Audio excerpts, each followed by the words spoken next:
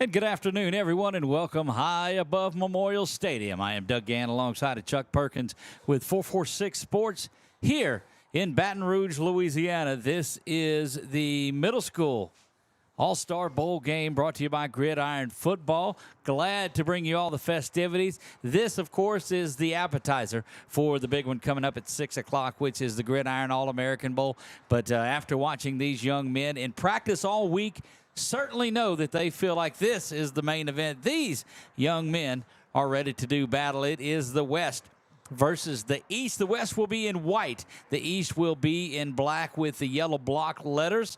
All of them have same colored pants on there. And again, welcome out to Memorial Stadium in Baton Rouge, Louisiana. Doug Gann alongside of Chuck Perkins. Chuck, been a great week. Been here since Wednesday, and here we are ready to get this thing kicked off, if you will. Yes, we are. And, Doug, it's been, like you said, the great week. And there's so many nuggets that I picked up just by watching these kids, just by being here involved in this whole process. The weather is beautiful here. It's been beautiful all week.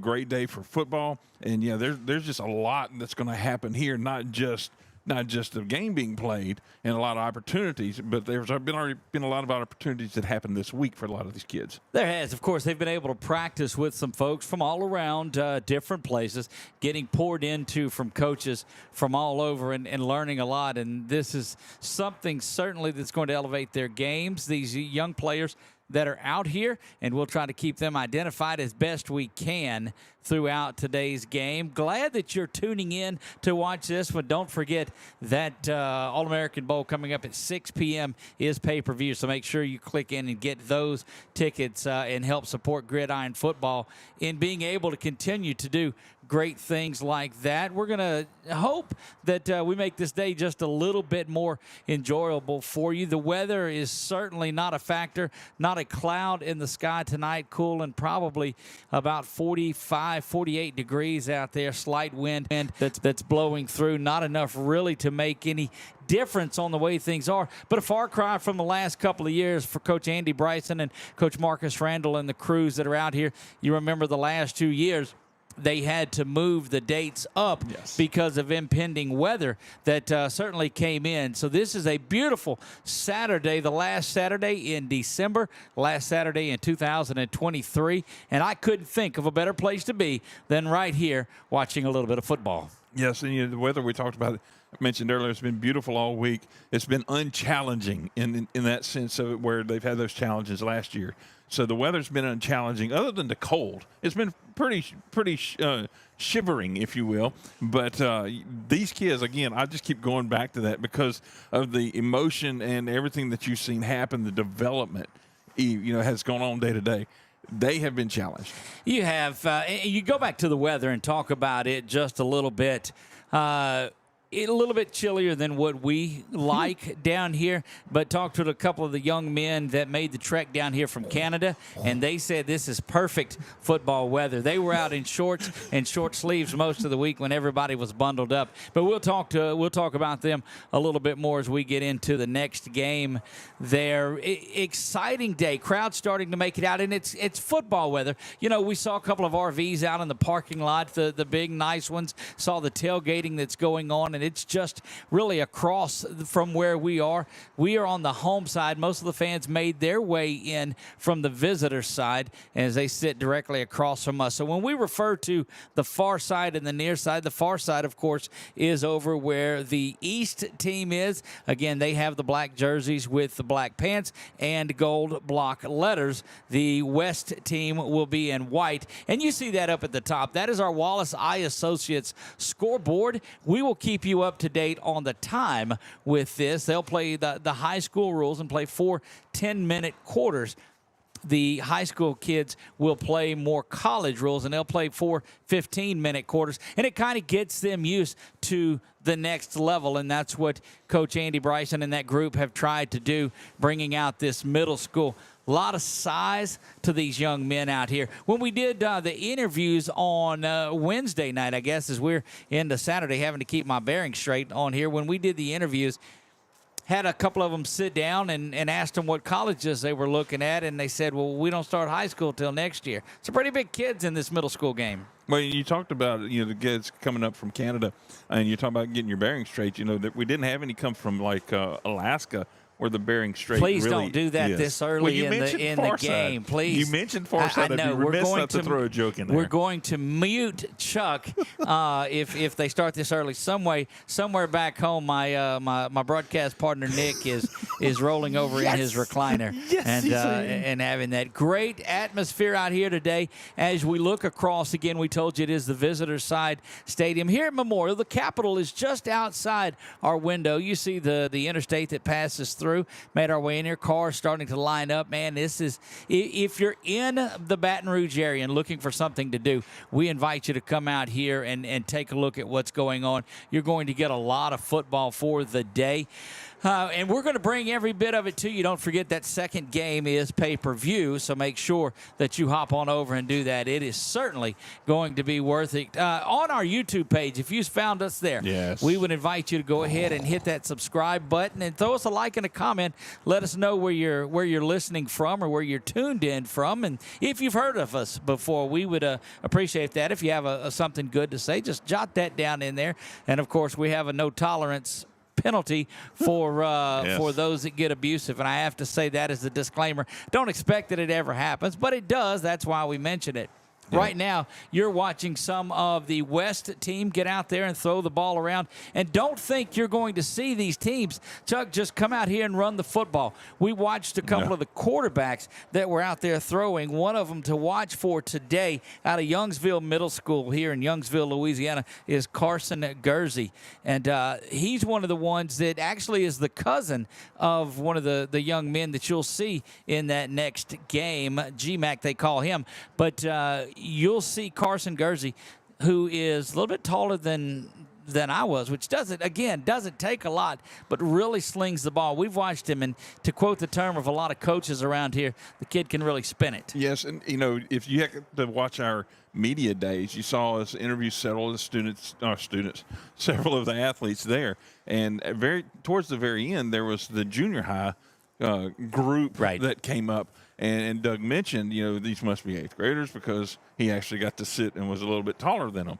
And so the next ones came in and said, okay, y'all must be high school. They were junior high. Still the junior high kids, that's right. There were some very towering young men. And I say that even though they're kids. Yeah. It sounds like they're getting started on the PA mic. So it sounds like they've been started. We may turn my headset up just a little bit so I can hear me over the outgoing PA announcement there. They're very excited. Didn't take them long to get wound up in this one.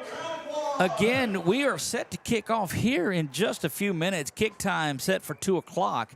Finishing up some prayers, they'll come out and they will do the coin toss and get things ready to go. Again, Doug Gann alongside of Chuck Perkins and going to bring you guys all of the action today. That's for our friends up north that are guys. Nicely done. Throw that in for them just a little bit. But so glad that you've joined us wherever you're at. If you're here in the stadium watching this one and you go back and watch this game later on, welcome. The West team, you see Chuck's got the camera on there making their way over. The East team has already assembled on the far sideline and getting ready to go. High atop Memorial Stadium in downtown Baton Rouge, Louisiana, capital just outside our window. Could not ask for a better week, could not ask for a better day for football, and getting ready to look at the captains for this afternoon's game. Again, we did not get the rosters until just moments ago. So I tell you, if I mention a name correctly, you can email us and give us a good comment. If I don't, can send that to Chuck at 446sports.com. Nice. And he'll get that corrected. Big shout out again to Nick, who is back home. Came up for the day yesterday and got some footage. He is normally in the broadcast booth with us. Of course, today, brother-in-law Brett Stallsby will be here as well on the camera. You'll see some footage from him down on the field in that next game. Take a look at some of the captains for you in this first contest. We'll look at them. It is Braden Jean is one of the captains. Braden is out of Woodlawn Middle School. Number 1, I see, is Willie Johnson Jr. He'll quarterback some. He's from Northwestern Middle School. Number 8 and number 2, Dexter Ricard from Southern Lab, and Dalen Early, also out of Woodlawn Middle School. Try to keep an eye across the field on who comes out, but they're still, yeah, we had him first on it. Trying to look across the field, but they're still set in on the far side of it is where the captains are, and they start to make their way out now. And the aforementioned Carson Gursey is one of the captains that come out. He is joined by number 11, Logan Sprunk. Number 74, don't have him on the roster, so we hate that, but don't have him listed. Looks like number 10 is down there, Mikkel Wyatt. Mikkel made the trip over from Faraday Junior High. Good group here from Faraday. It really is. A large gathering of those fellas. I think there was 24 that are fixing to be moving up. Down for the coin toss and get this thing going. Not sure they have who they have as a home or who they have in the way. And you'll see up at the top of the screen on the Wallace Eye Associates scoreboard that we have up there. We have East and West, and so we're just going to keep it like that. Whether home is on the left or right, we'll just keep it like that. Yeah, and a good way to follow along. The West is in the white, so that's as easy as I can make it out there. Getting ready. It looks like they're passing the coin around, and we'll still see who's going to call it. Well, if you're standing in the north looking down at the state, the West is to the white. Right. See, it's bad when your joke even doesn't go. Get things set up here. Looks like the West has won the toss, and they are electing to defer. So you'll see the East get the ball to start things going. They will be moving from left to right as we get this underway. Some rule differences in here. You won't see as aggressive a defenses. They certainly monitor things like that. If you'll remember, these kids made it in Wednesday and didn't start their practices until Thursday, had 4 modified practices. And so whereas they have been working, they'll just get going and get together as a team. So you'll see some things that you aren't able to do in here. A lot of blitzing, certainly a lot of blitzing on kicks. You're not able to twist and spin and do some things on the defensive line, but it just makes. So we're going to turn it over to our ambiance mic and let you join in for the national anthem and the prayer. Father, thank you for this beautiful Baton Rouge sky and the opportunity we come in the month of December to play football. Father, we ask now that you would be with each of these young men and their respective families. We thank you for the coaches and those that love them.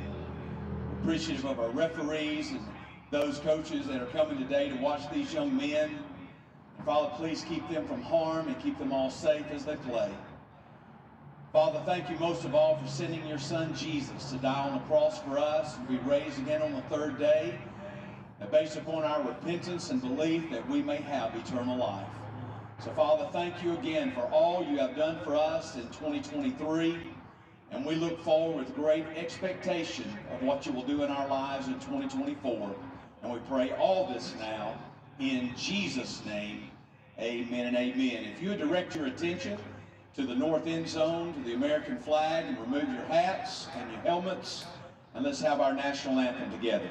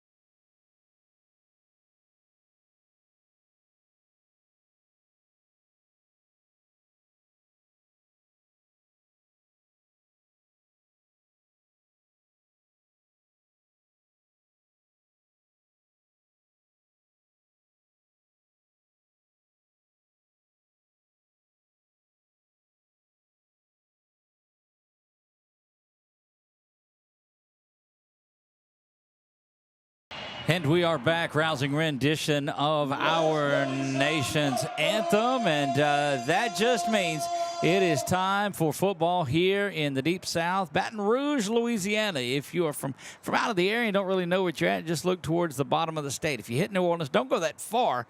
Go back up a little ways along I-10 is where you'll find where we are at tonight. Home of the LSU Tigers and Southern Jags and a whole lot of great folks here. Moving right to left will be the West team kicking off in this one. West team coming up. They'll kick from the 40-yard line.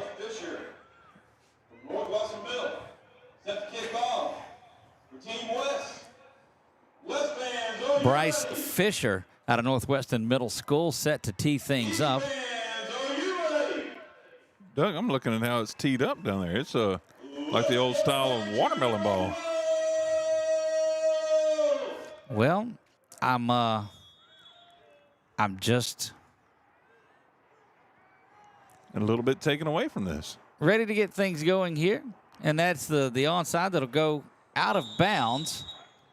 Didn't want to tee it up, just trying to get it back. Put a little too much in it. And that's where the West team, the East, getting my bearings straight. Yeah, the East team's going to have this. Getting ready to go. They will spot the ball. Or they're re-kicking it. Kickoff out of bounds. Yep. Looks like they're Now, they'll give the 5-yard penalty from where the ball went out of bounds. Wow. And that is where. So in plus territory is where the East will have things. Trying to get some numbers in there and get who is in at quarterback. That is Carson Gursey. And again, that's the young man that we told you about out of Youngsville that really can spin the football. He comes out with a 2-by-2 formation, 2 to the top, 2 to the near side. That's a direct snap, no to the big-time running back.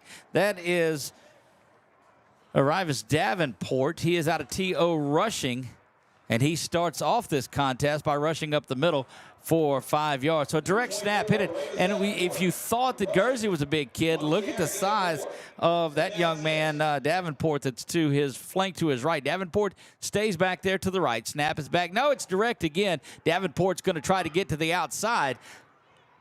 Breaks a couple of tackles, and now he gets into the distance. 30, now 20. Davenport's going to go, and he's going to get the game's first touchdown. Into the end zone he goes, 45. Give him 44-yard lines, and how about that one to start the scoring off? 9:23 is where that one comes in. And TV strikes first. 43-yard touchdown run from Davenport. And don't forget, we will be naming, the folks here in the working media will be naming an offensive and defensive MVP for each team, East and West, in both of the contests. Wow, what a big-time run by that young man. Out to a quick lead. I mean, 9, so they're going 10-minute quarters instead of 12. Like we 37 seconds into this one is all that it took. The first was the run that gave him, 4 or 5. So he counts for all of the yardage after the kick that was taken out of bounds. So starting in plus territory.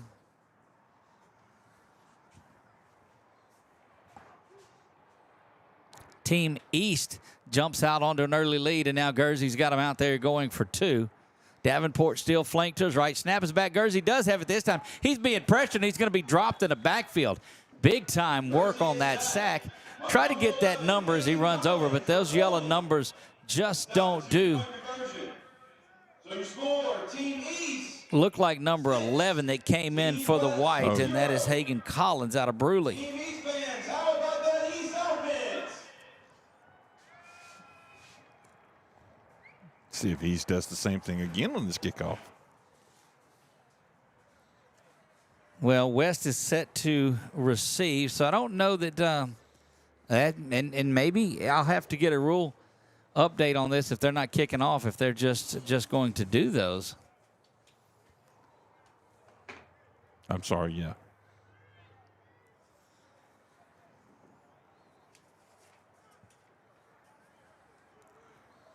Very explosive run by that young man. And again, so if he was a little bit taller than Gursey was, that's got to put him close to 6 foot, that young man. And you see him on the inside. Number 20, Troy Ramos.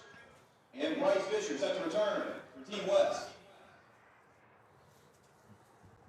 Gursey letting Davenport know something, and so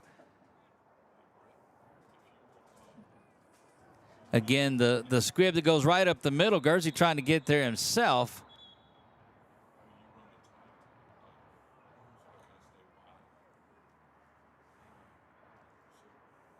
Like we may have kicked before the whistle was blown on there. So they'll set up and they'll redo that again. No penalty on that one, but you saw Gursey go right up the middle with it.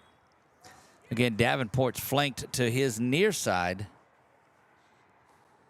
This time right down the middle again, and they'll fall on it, and that's where things will get going for the West. Try to get an idea who fell on that one, covering it up. They'll give that Cam Carter from Rugon Middle School. 6-0. East leads this one off of their first possession, getting ready for the second. Again, we've got 4 10-minute quarters. trying to get them as close as they can to the high school level without going the full 12-minute quarters, because 48 on these young men would be pretty difficult. Snap is back. Handoff's going to go to the inside and right up the middle. Tackled there by Kelton Bennett. We'll catch who the runner was.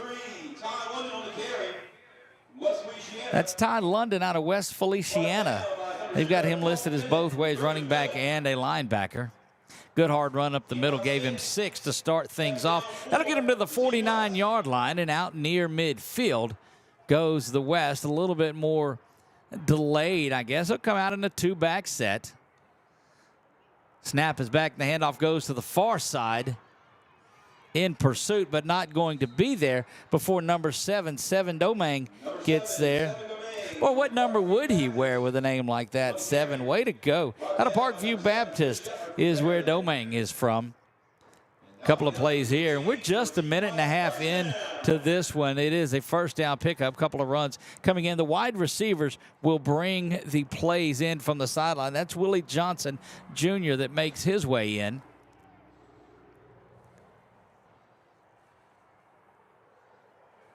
Well, I'm still impressed by that run from Davenport a little earlier. Just a big, big back. Looking to pass. Now first one that we've seen, but here's pressure. That one's got a chance to be picked off. Good job coming back defensively was London. You watch your replay here and watch your defender. That's actually 7 Domingue that's going to come up and knock that away. So they'll credit it to the defense, but I'm going to give that to the offensive player, because if not, that's a pick 6. Had a good opportunity to take that one and go to the house. Second down and 10 from the 45-yard line of the East. The White looks to move right to left here. Come out with a receiver at the top, one to the near side in the slot. High snap, but gathered in. Good blocking along the offensive line. Trying to get to the outside, but Davenport says, I don't think that's going to happen this time, as he brings down Ty London before he's able to get anywhere. And again, keep your eyes out for Ravis Davenport out of T.O. Rushing, who is already staking claim. Dare I say, somebody might have an opportunity to claim both sides of the MVP. I don't know, but Davenport is a dude in this one early on. Third down and 10. We got timeout. Timeout is going to be called. We'll take a quick one with them and be right back. Don't go anywhere. We'll be back in 30 seconds. You're watching Gridiron All-Star Bowl right here on 446 Sports. Our mobile banking app is changing the way we bank. Things are getting easier, transactions are getting safer, and you have access 24/7. All the functionality of banking you're used to, made easier to use, anywhere, anytime, and more secure than ever. Simple, seamless, safe. Download our mobile app today.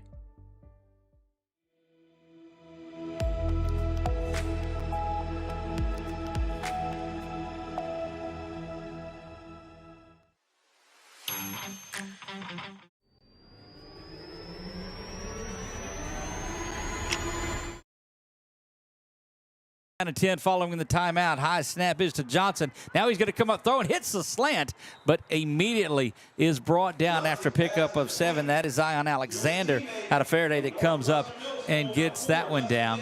And that'll bring up 4th down and 4. And you know that in these games, it's all offense. They're going to go out and stay out here. Had some time to spend with the kickers in that Senior Bowl game that's coming up in a little while. They had the toughest part of practice because these practices were 3 hours, and they were out there, just the 3 of them, kicking the whole time. And I was like, well, what do you guys do? He said, well, we're just kicking and hanging out. But all 3 of them working on their craft there. 4th down and 4.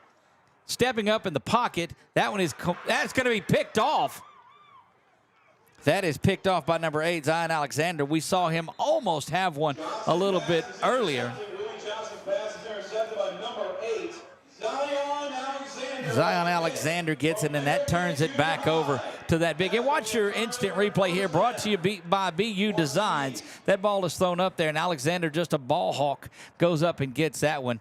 Gets a small little carry on the return, not much to it, but it was up in traffic. We thank the folks at BU Designs for sponsoring that replay that is brought to you here. We'll have that throughout. 6:45 remaining here in the first quarter that sees the East team on top following the couple of runs by Davenport. He's the only one that has touched it offensively, save for the two-point conversion attempt. And now as they do, they'll rotate some folks in there and get some more in there. Another guy that we talked about, Salmon Davis out of Faraday. Just a big young man. Timeout here. We'll keep it right here. Keep it right here and talk about it. So you see folks rotate in because you do have a number of players on there. Not as big of rosters in this middle school game as there is in the other, but you will see a lot of players in here throughout. 6:45 to go. We'll try to keep that up for you there. The clock is being kept here and not on the scoreboard. But the scoreboard is right. 6-0. East leads that. East is in the black, and the West is in the white as this one. Well, you talk about another one of those big players, and that is number 99, Hendron Stewart, out of Plaquemine Middle School, and plugs the middle of that line. Just, well, you got to get away from that big young man. Single receivers to the top and the bottom. Handoff is to a much smaller back, Ty Simpson, but looks a little speed. He's got the speed that's in there, so sort of a thunder and a lightning, if you will, trying to get the number on that quarterback. And that looks like Delta Charter's Andy Keith that is now in there at quarterback. So you've got Andy Keith and Simpson in the backfield. One back formation, again, an extra tight end to the far side. Receiver to the top, one to the near side. Clap is there. Handoff goes up the middle, but it's good pressure up the middle by that West defensive unit, and they're just going to sling the running back Simpson back down onto the ground. Watch it again. Watch as the interior of that line just fires through.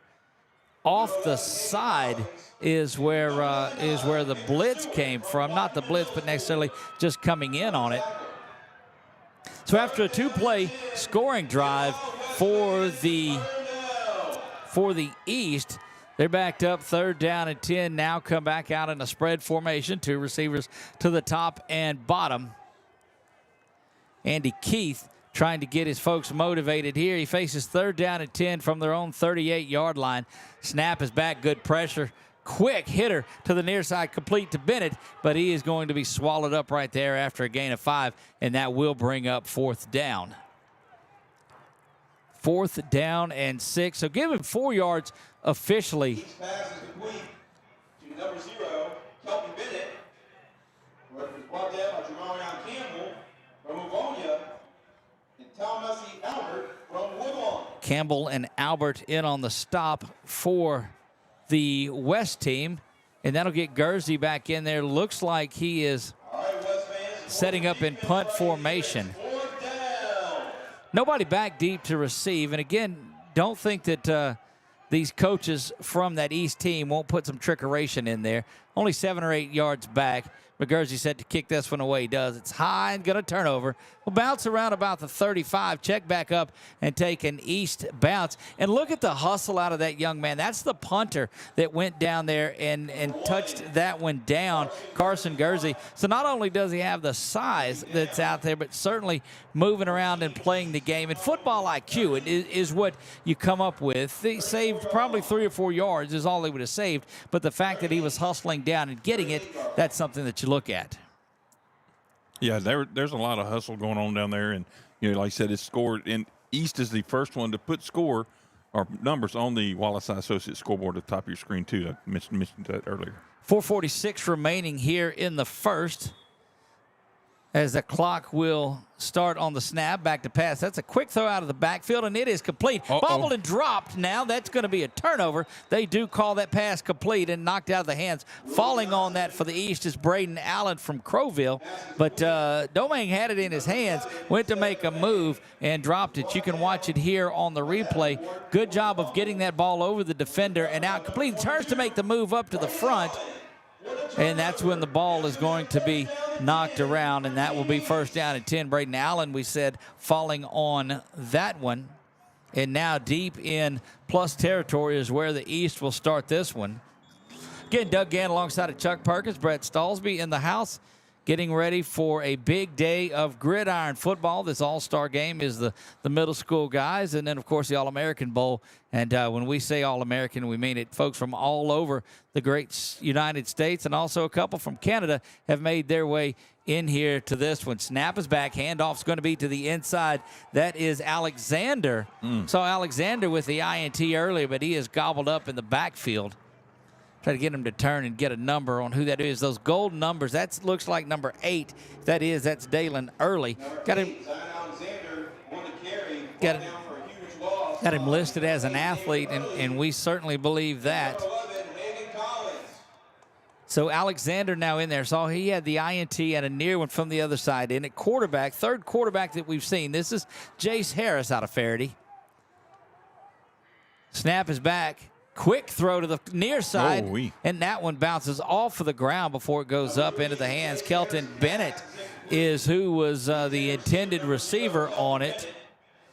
But goodness, it is third down and 17. I could have turned out bad. He had 4 defenders around there, and squeaking through his hands like that. If somebody had been right there just a few steps to the left, they could have picked that one up and took it to the house the other direction. Third down and 17. 3:42 remaining in the first. 6-0 East.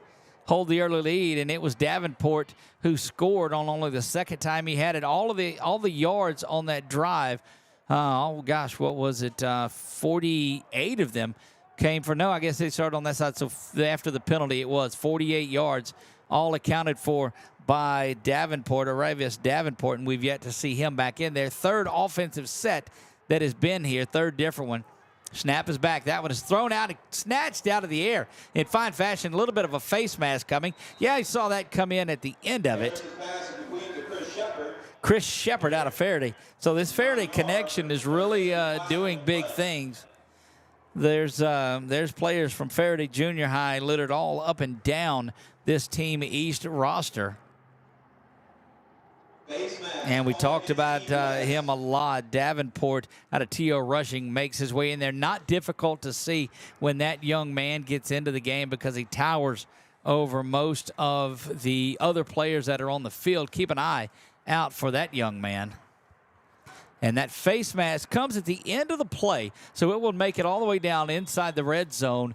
East will have it from the 17-yard line of the West, trying to put their second touchdown on the board. Davenport in the backfield, and you know he's going to get it.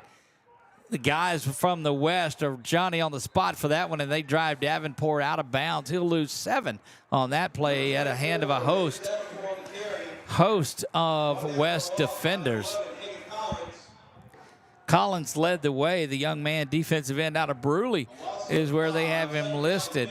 And that's going to make it second down and 16, it looks like, from here. Under 3 minutes now as the clock continues to roll. Had his forward progress stopped in bounds. Gosh, we told you what a beautiful day for football. It is sunny. It's cool and it's crisp. Not a cloud in the sky. Of course, the leaves have turned as we look outside our window in the press box. Just a beautiful, beautiful day. Snap is back. That throw is going to be over the middle. It is complete. Going to get back to penalty yardage plus some. It is complete out to number 30, Montreville Lewis out of Crowville. Harris, a good job of getting that out. And again, we told you these young men throw the ball very well. Boy, they had a lot of energy. Most of the ones that we saw in the hotel stayed up a long time throughout the night as we would tend to our graphic work and things that we do. Well, they were up and down hitting the snacks throughout. Yes. Ought to have that energy. Davenport flanked to the left of Harris. Snap is back. Davenport's going to get it. Boy, is that defense from the West keying on him. And they're not going to get beat by Davenport again, they said, as a host of defenders get through there, and they are led by Dalen Early. Dalen Early has been all over the place defensively. That loss will bring up 4th down and 8. Yeah, they are sweeping around the outside edges of that offensive line. This time around the right-hand side. I mean, they're just crashing down on him watching that play. And you know, it would be an opportunity to fake that handoff to Davenport, just take it himself if it's Harris. But here comes the pressure up the middle, and that sack is going to end that drive. It'll be a turnover on downs. Give that man a little instant replay shot here. Yeah, Joshua Morgan comes up and gets that one right up the middle. That's what it was announced here. So, you saw two plays from this East team just end in a 48-yard touchdown drive, 43 on the one run, and this West defense has risen to the occasion and have really keyed on Davenport, and why wouldn't you do that? All right. First down at 10, they'll have it from the 21, will the white-clad West team as they move right to left. Snap is back, and that quarterback's going to keep it and just go right up the middle, trying to get to the outside, and does. Nifty move and running and has to duck down. Ball will go on the ground, but will be retained. That is Dexter Ricard out of Southern Lab who gets that one, who's in there quarterbacking. Good scramble. Ricard picks up 5. Great work now, but picked up 5 yards. It'll be second down and 5 out to the 26-yard line. Under a minute remaining here. We're in the first. Again, if you're looking for the Gridiron All-American Bowl, it will be coming up at 6 o'clock. We'll go on probably 45 minutes or so beforehand, get some pregame for you too, but a lot of football left in this one. Handoff is to the near side, and that defense is good. And Chuck, we've talked about this week that generally the defenses are ahead of where the offenses are in a short week of practice like this. The timing there for the offense, not really there, but the defense just pins their ears and comes back. Yeah, my old coach used to tell me, son, you don't have to be smart to play defense. That's why I put you on defense. But watching some of the things that they do, that these defensive players run, it's a whole lot different than whenever I played ball back then. Indeed, they have face masks too. Oh, nice. That'll end things here in the first. Going to take a break. East leads this one 6-0. We'll be back in 1 minute. You're watching the All-American All-Star Bowl right here on 446 Sports. Is your vision just not as crisp and clear as it used to be? Are you having difficulty driving, especially at night? Are you over 40 and now needing reading glasses? If so, the trusted eye care team at Wallace Eye Associates is here to help with your family's eye. Is your vision just not as crisp and clear as it used to be? Are you having difficulty driving, especially at night? Are you over 40 and now needing reading glasses? If so, the trusted eye care team at Wallace Eye Associates is here to help with your family's eye care needs, just like we have been for nearly 40 years. Call Wallace Eye Associates today at 318-448-4488 to schedule your next eye evaluation. Wherever you are, you're there for a reason. You shouldn't have to make a trip to the branch to deposit a check. Skip the trip and use our mobile app to easily and securely deposit checks right from your phone, day or night, wherever you are or whatever you're doing. Download our mobile app today.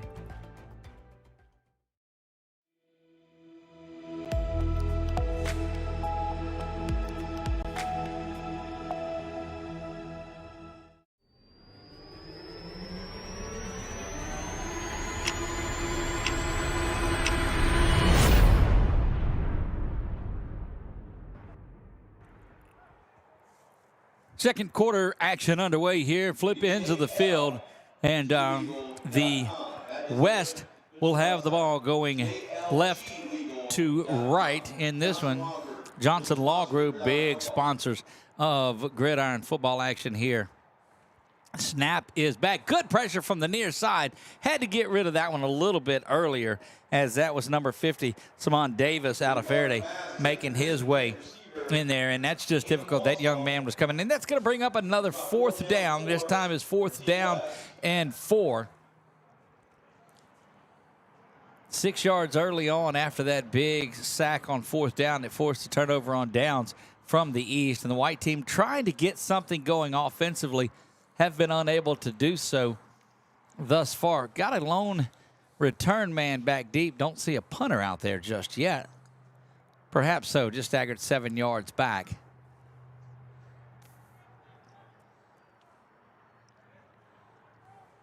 See if he gets this kick up and away and good. Gets it to turnover, and it's going to bounce and roll around. The young man might have been best served to go up there and touch that and down it, but it rolls down and turns out to be a beautiful punt. That's going to be about, let's see, give him 30 for there, 48 yards on the punt. Wow. 9:42, just 18 seconds into this one. It'll be the first possession for the East.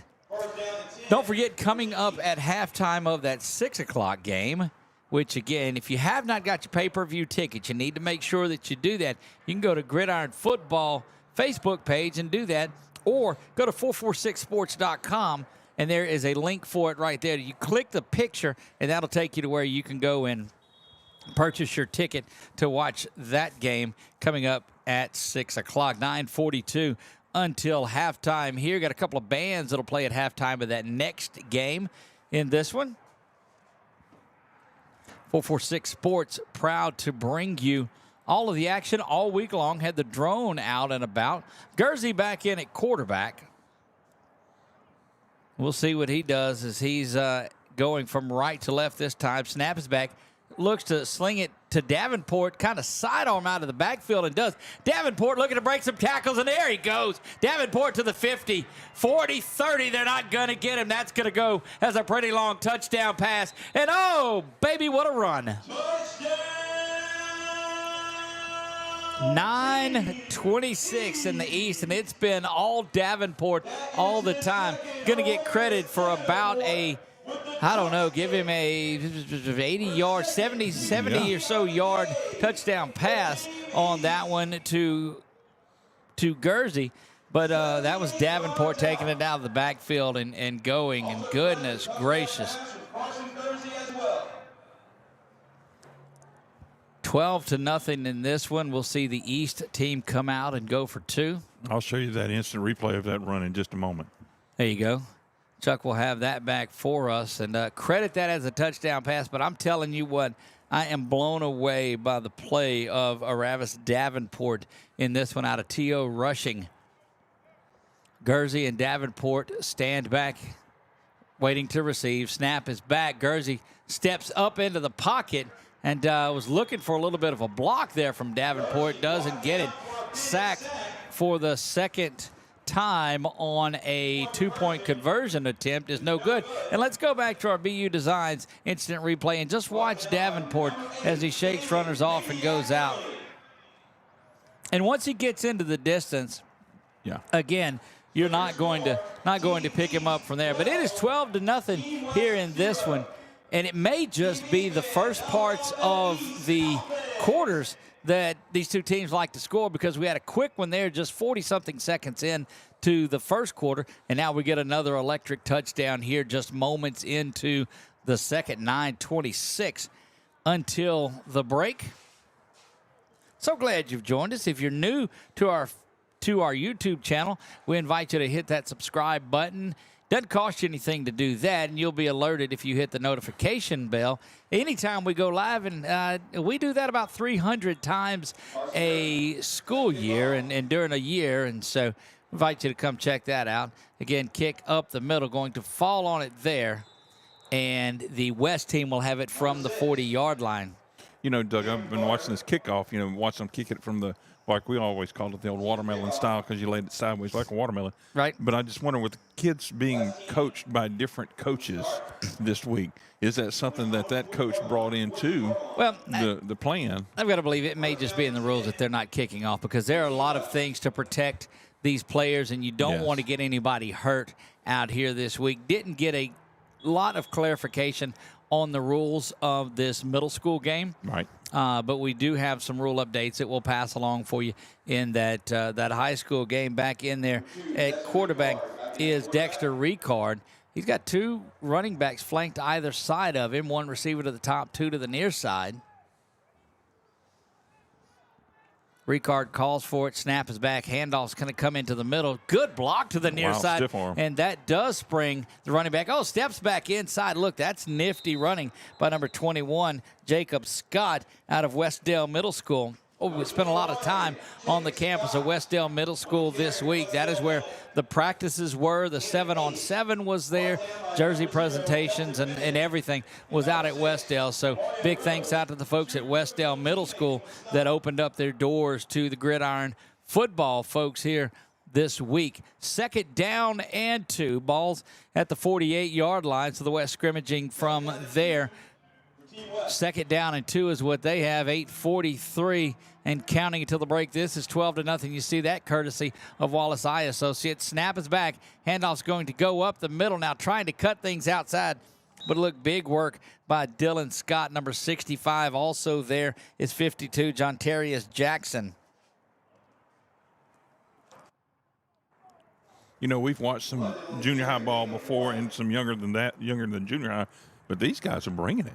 They do. And you know, when you get into this type of an all-star game, it's no longer just filling out rosters. These players are out here, and you see a large number of them, like we talked about from Faraday, that are contributing this. With the other side, you've got a lot of Woodlawn players that are out there, some Southern Lab kids, and this is going to do nothing but benefit things for these high schools. 3rd down and less than a yard. Ball rests at the 49-yard line. West Stream trying to get on the board. Little play action, and that's an RPO, if you will. Could have kept to the near side, walking down the sideline and going out of bounds.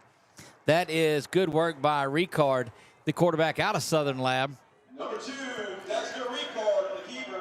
Had an opportunity to hand that one off, but in true RPO fashion, pulled that back and took off with it. A read option, I guess, more importantly, because I don't think there was a pass that was anywhere involved in that. So more just a read option is what it was. 7:40. Well, you fall into the category of everybody wanting to call a play a run-pass option if the quarterback keeps it, but that was more the read option as it was. Man in motion now coming, or just switching sides as they flip the play from right to left. Back to pass is Ricard. He's getting pressured up the middle. Does a great job of stepping in the pocket. He got a wide open receiver down the far side, spun around and brought down. Good work of tackling by Cameron Carter. To number 12, Bryce But Fisher for a big gain in a team well. That was Bryce Fisher that has that one. And There's a big actually, on yeah, instant it was Amaria Reynolds that was on the tackle. See the pressure nearly getting there was Kelton Bennett on the replay, but that pass just thrown out to the far side. And look, if Reynolds doesn't do a good job of hanging on just with a handful of jersey, then that's a touchdown. West looking to get on the board here. 1st and goal from the 7. A little bit of a delay, and they're getting to the outside is London. London trying to get there, cuts back, spins around, is going to be inside the 2. And the ball will rest. They'll mark him officially at the 2-yard line. Doug, as he was going out to the edge, he was hoping to get there. He reached out for it to get, I thought it was a little bit closer than that, but you can see him actually reach out for it. Well, they'll mark him at the 3. You got to be careful reaching out too far out. 2nd down and goal. The ball moves inside the 3. They'll give him officially 5 yards on the carry. 6.5 remaining here in this one. Got the ball placed at the 2 and the yard marker back at the 3. That's a little strange is what we have. Needless to say, 2 receivers to the far side. He's spotting it off of his right foot. Running back on either side of Ricard. Ricard's going to just keep it himself. Try to get to the corner, but there's that speed of the East defense. And, again, tried to reach out for it. You got to be careful because that's a way a guy will come up, snatch that right out of your hand, and house it the other way. Under 6 minutes. 6 minutes to go until halftime. 3rd down and goal. The West has got a couple of plays to get this into the end zone. They get a touchdown here, and they get their way. They get themselves right back in this one. You do not want to let this East team, who's showing their big play potential, get out ahead of you too far. Ricard calls for it. Oh, and goodness. Oh, he got ball it. is on the ground, and see there you go. It's going to go the other way, and the West team or the East team is going to come out of there with it. And look, we'll take a look at this. Looked like the handoff on the exchange was a little messed up from the start. The timing was off there, and you really just couldn't get a handle on it. And diving in and falling on that one, finally coming out of there with it for the East team was number 50, Simon Davis out of Faraday Junior High.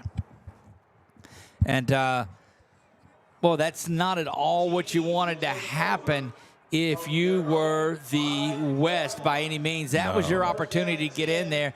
And the East has shown that they can score really from anywhere on the field. Yeah. See who they've got in there at quarterback this time.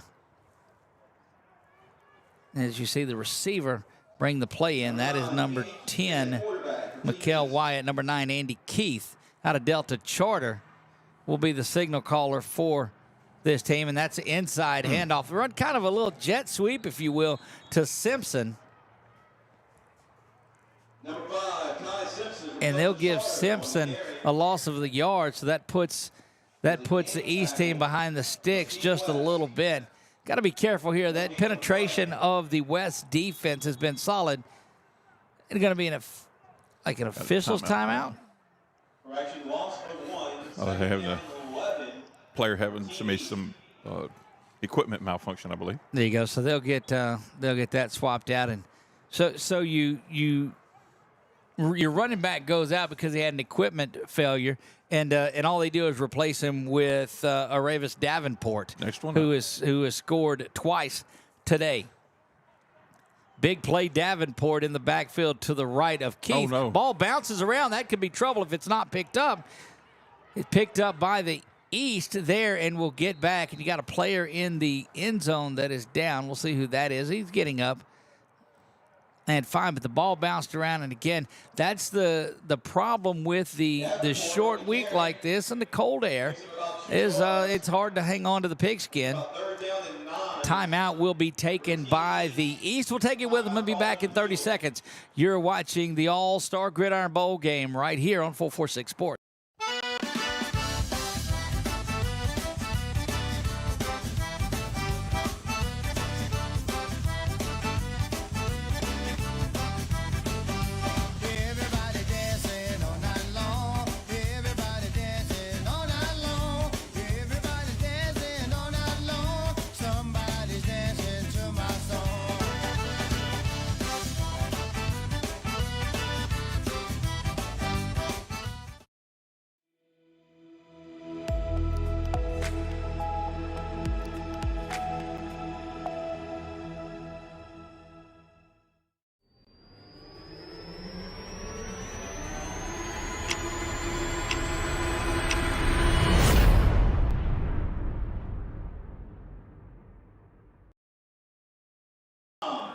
We are back live here at Memorial Park or Memorial Stadium in Baton Rouge, Louisiana, where the East versus the West Junior High All-Star Ball game is absolutely going on, with the East holding on to a 12-0 lead here in the second quarter with 4:23 left to play.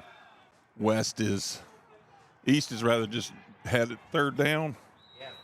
Third down and 8 as that pass is incomplete. Trying to get clarification on it. And I just don't think they're going to kick in this game is what I believe. But at halftime rolls around, we'll go do that. We'll grab a slice of pizza. And Well, now they've had a couple of punts already, but they just can't rush the punter. Is that what you're talking about on the? No, I'm talking about the kickoffs that we've found. So now they're set to punt. Guersey is back deep to do that. He's done a little bit of everything in this one. Unsuccessful on their 2 2-point conversion attempts, but certainly big plays out of Davenport, and he is on his way, making an early statement for East team offensive MVP. Following the turnover, that West defense really bowed up and didn't allow anything. Guersey's punt is high and it's short. Going to check up and bounce around, and that is where the West team will have it. They rest at the 26-yard line.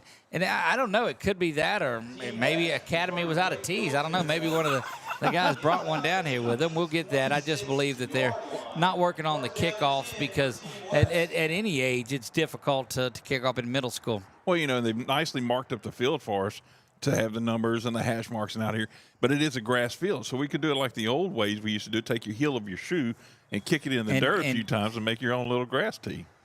Showing your age there, Chuck. Yeehaw. That's how they did it. That was the Thanksgiving stuff when you'd go out Yes, in the sir. backyard and dig that in and draw your plays up. Here we go, first down and 10.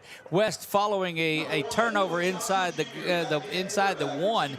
Now has it back in plus territory at the 27. Stepping up in the pocket and letting that one go. Good job coming in and what a making catch. that catch. That was Aiden Melanson. Aiden Melanson out of North Iberville comes out and See if you can see that real quick. watch before the your next play. watch your BU Designs instant replay. And we slow it down for you. Steps up in the pocket, saw the rush, and then just throws a good pass. But going up and getting that between a couple of defenders. It'll be give him 6 yards on that down to the 20, just outside the 20, outside the red zone. Snap is back. Good lane of running, my but just goodness, what a throwing pass. a beautiful pass to the far side. Threw it over the other shoulder, though. The receiver was looking inside shoulder, and it kind of went back shoulder and unable to connect. But that's a little bit of the timing and getting to know each other on these. 3:23 remaining here until halftime. East with a 12-0 lead. A big pass reception touchdown for Davenport thrown from Guernsey. And then Davenport with a 43-yard touchdown run.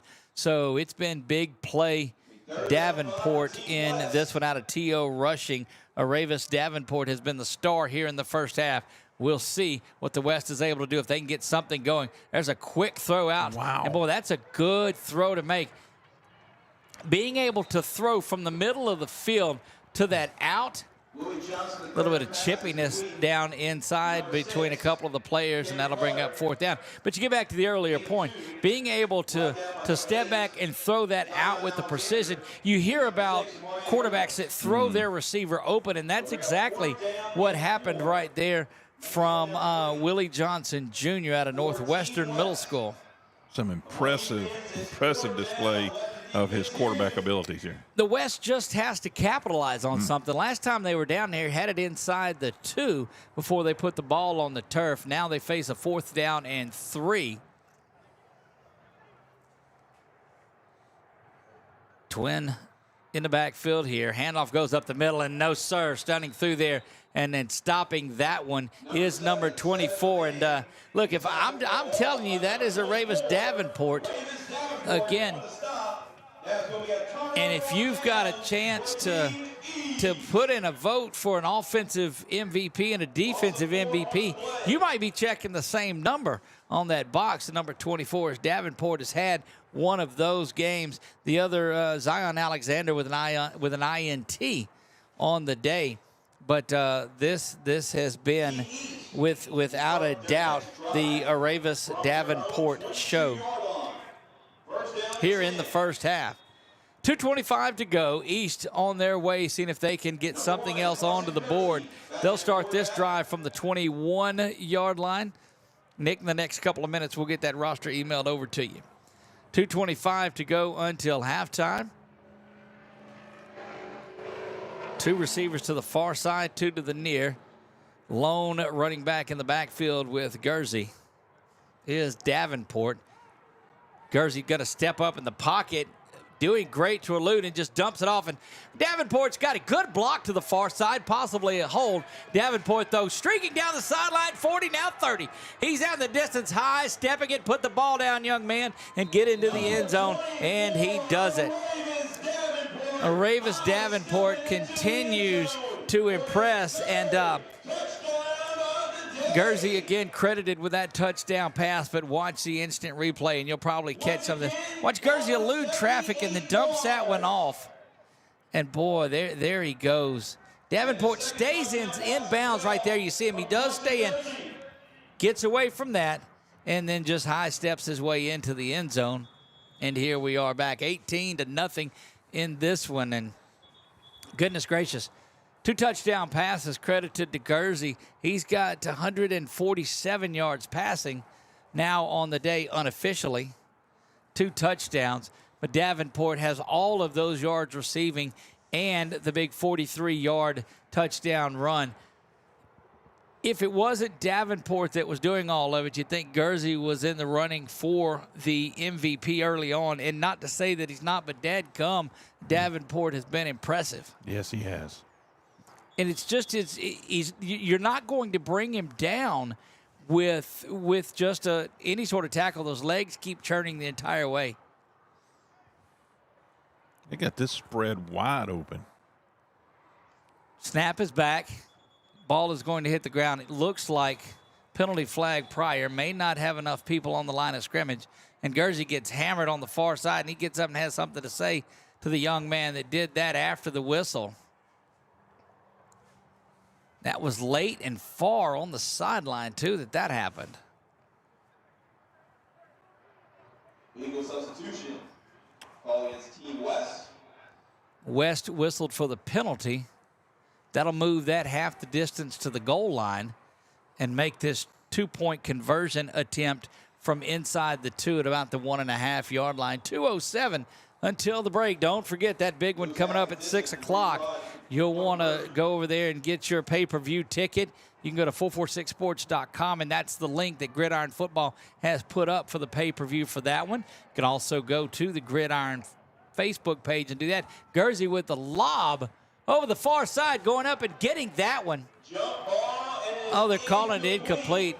Good coverage to the near side, throwing it up. One of those, they like to call them 50-50 balls. That was up in the air to Chris Shepard, but unable to come down with it. And 3 touchdowns for the East, 3 failed 2-point conversions. Watch the lob into the side of the end zone. Going up, thought he had it right there, but it looked like just staying there the entire time. The defender for the White, 18-0, 2:07, and it has just been the big plays of this East offense. And timeliness too, because they get the turnover from their defense underneath there at the back.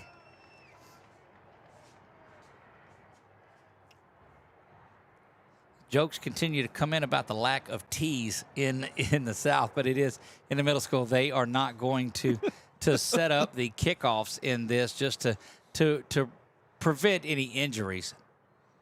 And you got to believe that. That makes really a lot of sense what you said there. Number 20, Troy Ramos. And number 12, Bryce Fisher. Melissa, you didn't hear me say that. That kick from Guernsey spins around, goes up the middle. It is picked up. Now it's dropped. No. Ball is picked up, and look, this could be trouble, and that's why you don't see the big kickoffs, because you try to limit that. So it is returnable. Just, boy, you got to be careful with that. 2:02 remains here until halftime. So glad that you've joined us. If you have not subscribed, we invite you to go and do that on our YouTube page. Getting close to 2,000 subscribers, and that's, I think our goal was 100 when we started football season earlier this year, and have made our way close to 2,000, and we owe every bit of it to you guys. You'll get content all throughout the year from that. You'll also be able to keep up with when we launch our new website, which will be coming up just next week, I believe, is when we'll launch that. First down and 10, West trying to get something done. They scrimmage from the 31-yard line. Snap is back, and there's pressure right up the middle, and that's going to be a sack. Crushing up the middle was number 30, Montrevel Lewis out of Crowville. He should expect a Valentine's Day card after that shot. Goodness gracious. First or second down, and give him a loss of 7 on that one, maybe 8. They'll push him back 7, so it'll be to the 24-yard line. Have to get all the way out to the 41. 2nd and 17 here, a minute and a half to go. And if you are the West, you might be better served to just say, hey, we want to get on in. It's like a fighter getting to the bell, just getting some haymakers from this East team. Running a little bit of clock, down to 5 and 4 on the play clock. They'll get a timeout. Timeout will be whistled by the West. We'll hold it here and just kind of give you an idea about what's coming up. Of course, halftime just a minute 15 away. We'll have the second half of this one, and we'll stop and start the new broadcast. Pregame, we're thinking, is going to be somewhere around 5 o'clock, and we'll give you a little info about some time that we've spent, some friends that we've made along the way these last few days. Heck, might even talk about the cold sausage at breakfast this morning at the hotel. That's why I tried to go to breakfast a little bit later, because it gives that pan time to warm up, I guess. I don't know. It was fresh out of the cooler. You're right. Yes, it was al dente, if you will. 1:15 to go until halftime of this one. But no, okay, just great hospitality by the folks here in town. Westdale Middle School, we told you that. Those guys did a great job of opening up and welcoming these folks here. Far sideline, I look at Coach Andy Bryson and Coach Marcus Randall, who orchestrate this entire thing. So great work by those two guys for what they do. Second down, 17. Back to pass, trying to get something. Here comes pressure, a little bit of a hole. Nothing called there. Good arm to get the ball to the outside, trying to make some moves. Gets back in line for a first down, but a big hit is there. But just great running. And that is number 7 Domingue for the West. There's a look at the proud papa. New dad delivered his second child this week. I think it was Tuesday morning that his wife delivered their daughter in there. So now his son was with him too a lot. And it's great to see. And you see Marcus Randall there scratching his head. He's the one that orchestrated that little thing they call the Bluegrass Miracle down in Kentucky many years ago now. And you know, a lot of folks remember that pass that was called up. They were going for Michael Clayton. It hits Devery Henderson over the top. And one of the great memories for Marcus, as we talked to him about that play, was you go back and you see the replays, and you already see the Gatorade that is poured on the heads of the folks, and you see those things. You've got an injured player down on the field, so we're going to step away. We're going to take a break real quick. We will not show any young man that's down for an extended time on injury. We'll be back in 30 seconds on 446 Sports. Time for a red, white, and cool summer event at Southern Air Heating, Cooling, and Plumbing. Right now, you can save on a new energy saving system. No money down, 0% interest, and no payments till June 2024. Call Southern Air Heating, Cooling, and Plumbing or visit us online.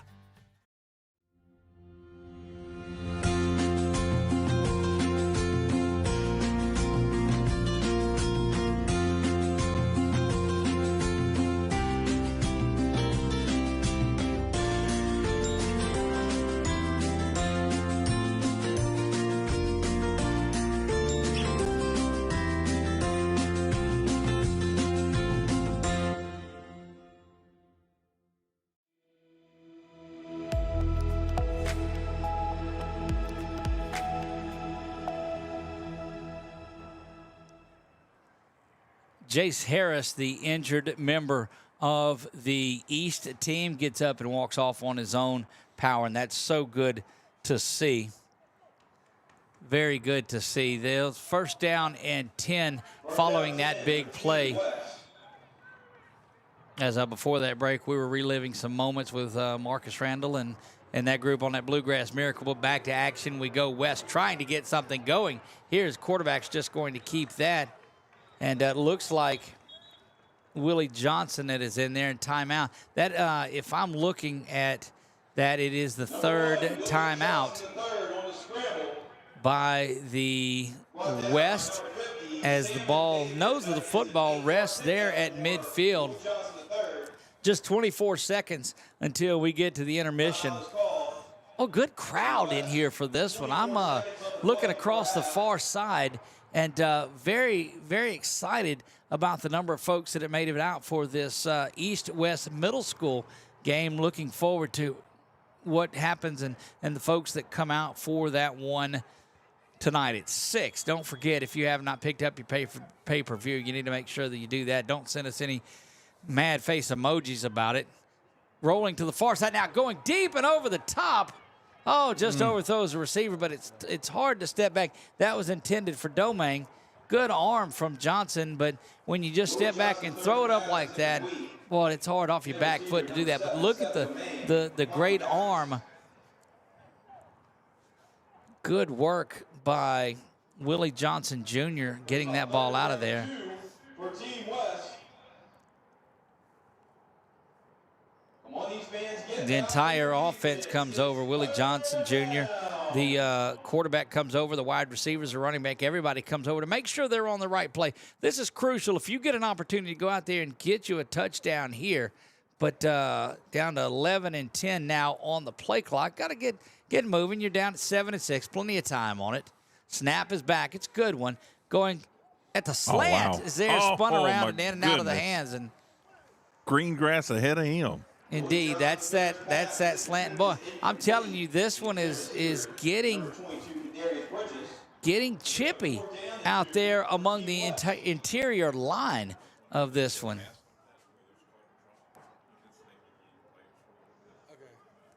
13 seconds to go. You see that on the big Memorial Stadium scoreboard that is off to our right from up here. Line of vehicles that have made it in, and I got to think this is the most folks that have been inside Memorial Stadium in a while. I don't think that it's utilized too often.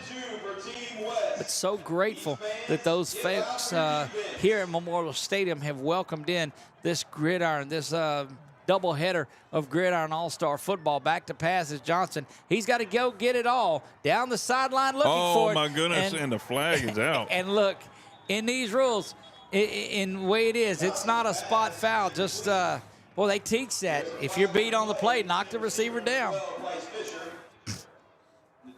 And that's what he did. That pass was intended for Bryce Fisher. Now it's going to be a first down for Team West. But nobody will argue about that one, as it was just two hands extended. And watch here the pass interference call that was made. We'll see if we have it.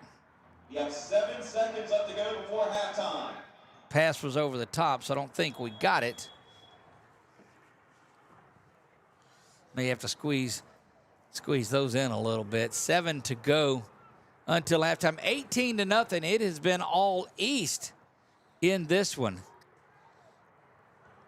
Snap is back to Johnson. He's got pressure from the far side and just has to dump this one off. Again, that blitz from the far side, number 50, is Simon Davis, who just seems to be everywhere. The intended on the pressure. Number 50, Simon Davis, on the hurry. Taking a little rest there, I guess, pushing the ref before he blew the whistle for an injured player, but thought he might have got him, but just got smart heads-up play by the quarterback to get the ball away in time before taking a snap and retiring the half. Yeah, and this is one of those you just have to be careful with. The last thing you want is to throw one of those back foot interceptions and get this East team to steal one here. Here comes pressure again from Davis, and that's throws it off his back foot, and a couple of players that are shaken up, and that's going to bring an end to the first half. We will take a break, step away for just a moment, and then we'll give you the opportunity to sit back. Should be back in about 10-15 minutes. It is all East 18-0 over the West. We'll be back for second half action after halftime.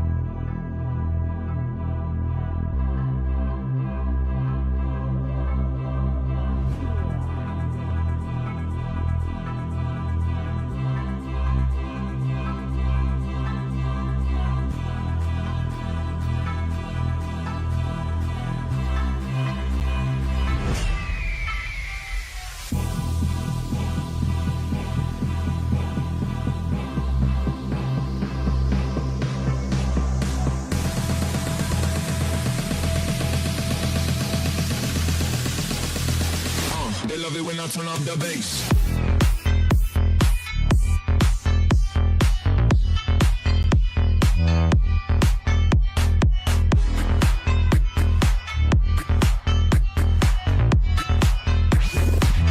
They love it when I turn up the bass.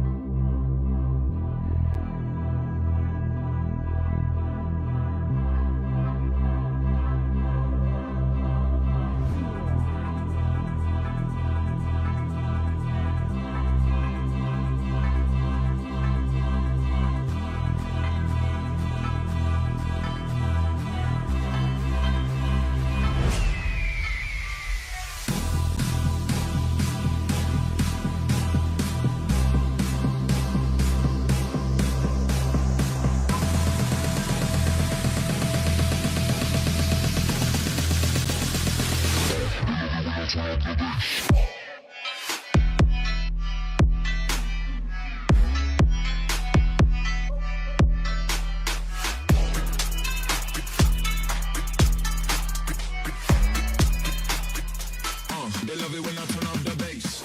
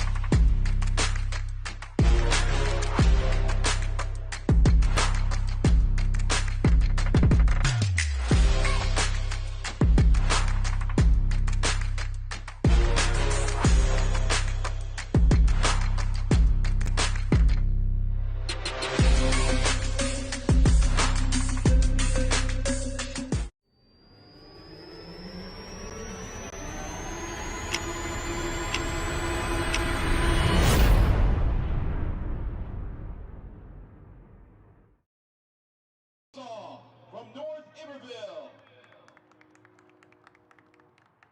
Number 1, Willie Johnson III from Northwestern Middle. Number 2, Dexter Ricard from Southern Lab. Number 3, Number 3, Ty London from West Louisiana. Number 3, Ty London. Number 4, Dustin Davis from Northwestern Middle. Number 5, Braden Jean from Woodlawn Middle. Number 6, Cameron Carter from Rougon Middle School. And how convenient this is.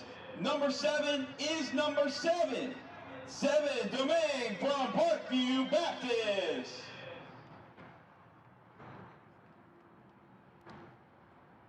Number 8, Dalen Early from Woodlawn Middle School.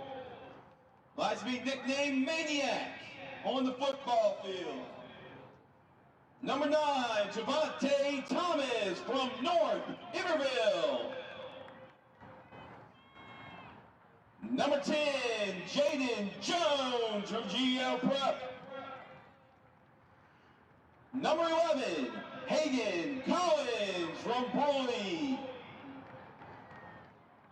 Number 12, Bryce Fisher from Northwestern Middle. Number 20, Troy Ramos from Southeast Middle. Number 21, Jacob Scott from Westdale Middle School. Number 22, Kendarius Bridges from Westdale Middle School. Number 23, Stratton Kane from Catholic Point Capee.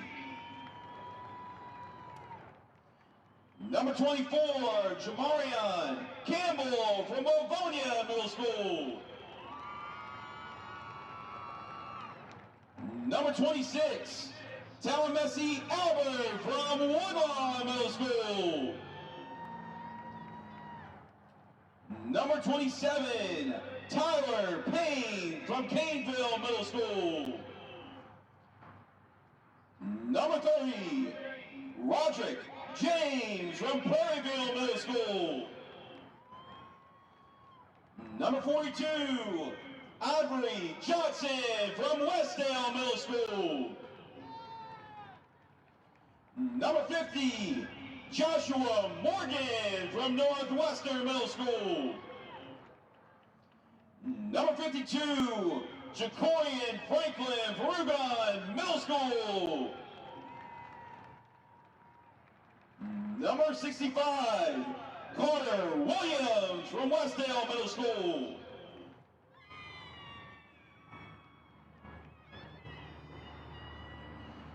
Number 67, Kieran Robinson from Westdale Middle School. Number 68, Hunter Chara from Catholic High in Baton Rouge. Number 75, Jax Spiller from Westdale Middle School. Number 78, Hazen Vasquez from Westdale Middle School. And then finally, number 99, Hendren Stewart from Pregame Middle School, led by head coach Quentin Dixon. Ladies and gentlemen, that is your roster for Team West. Moving over to Team East, led by head coach James Taylor. Number 0, Kelton Bennett from Griffin Middle. Number 1, Carson Gursey from Youngsville Middle School. Number 2, Aiden Taylor from Griffin Middle. Number 3, Chase Harris from Faraday Junior High. Number 4, Jamari Carter from Faraday Junior High. Number 5, Ty Simpson from Delta Charter. Number 6, Amari Reynolds from Griffin Middle. Number 7, Chris Shepard from Faraday Junior High. Number 8, Zion Alexander from Faraday Junior High. Number 9, Andy Keith from Delta Charter.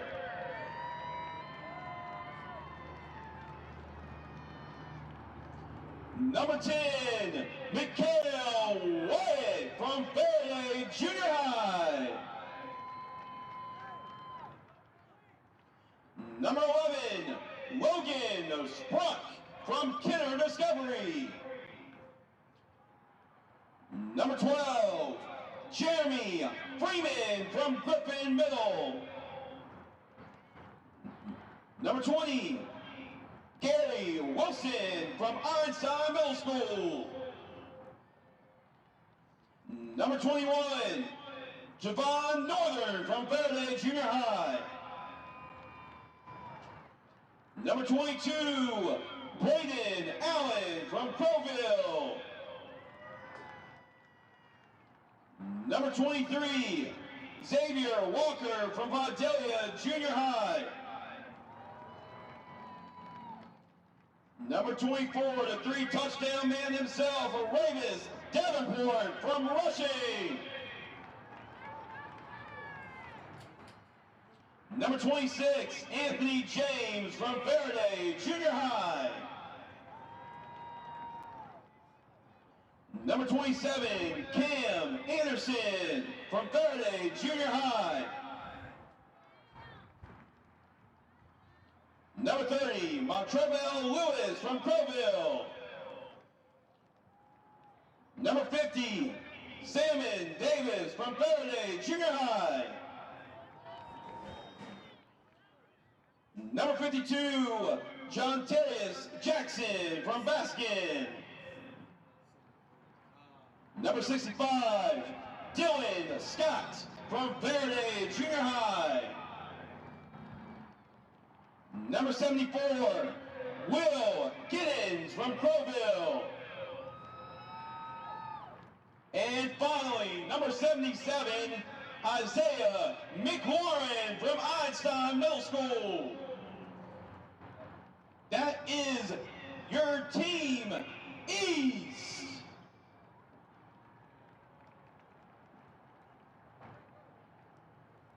You ready, folks? Second half about to start momentarily. So if you're in concession stand, you need to use the bathroom, just let you know you got a couple minutes away from the second half of our Gridiron Football Junior High All-American Bowl game. Stick around.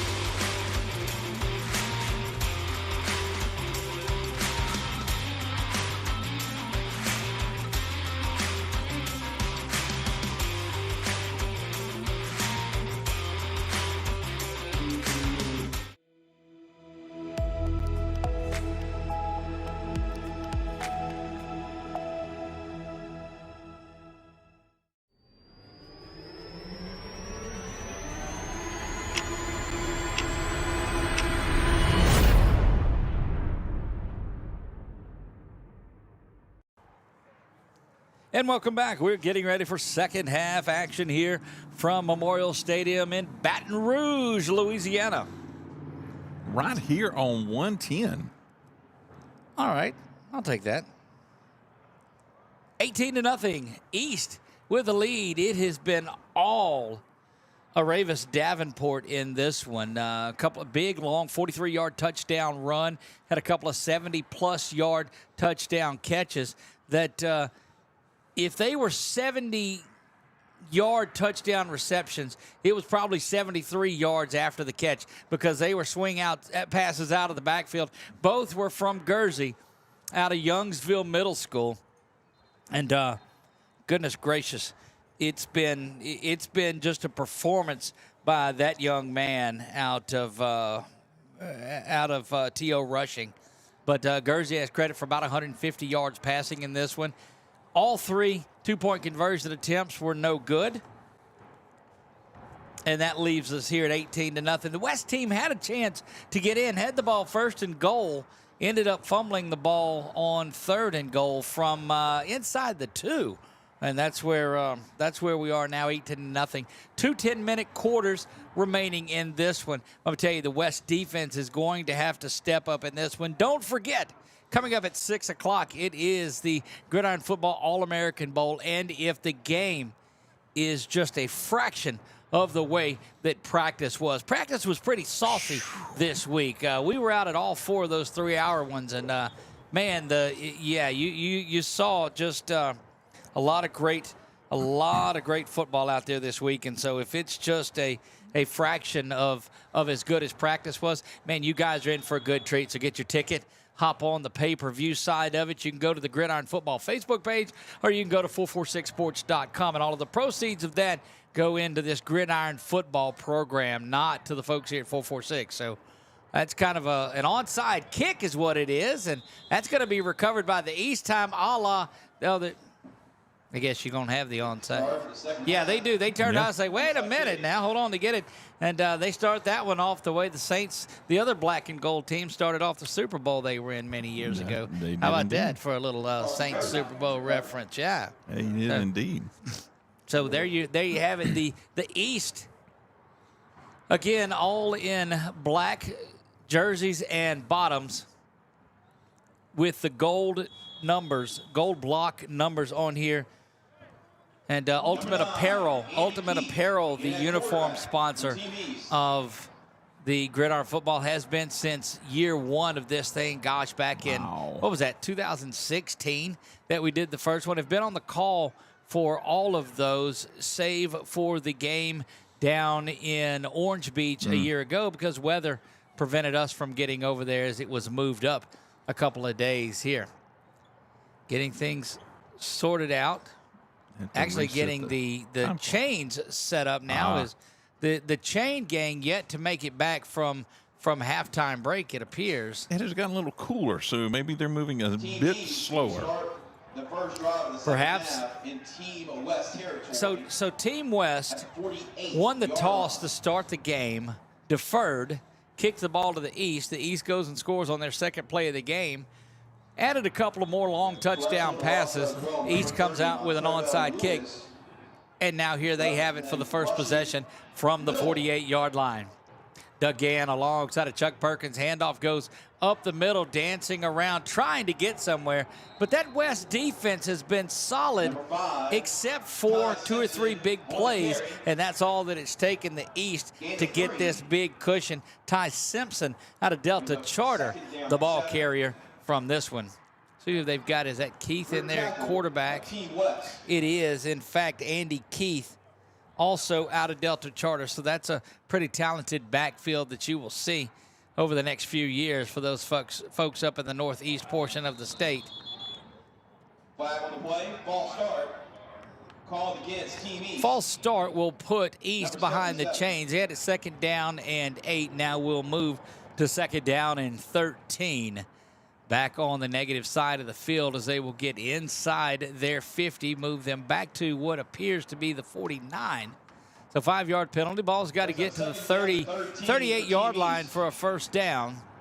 2nd down and 13 just underway. 9:20. Expect a big play out of the East. They scored within a minute in the first 2 quarters.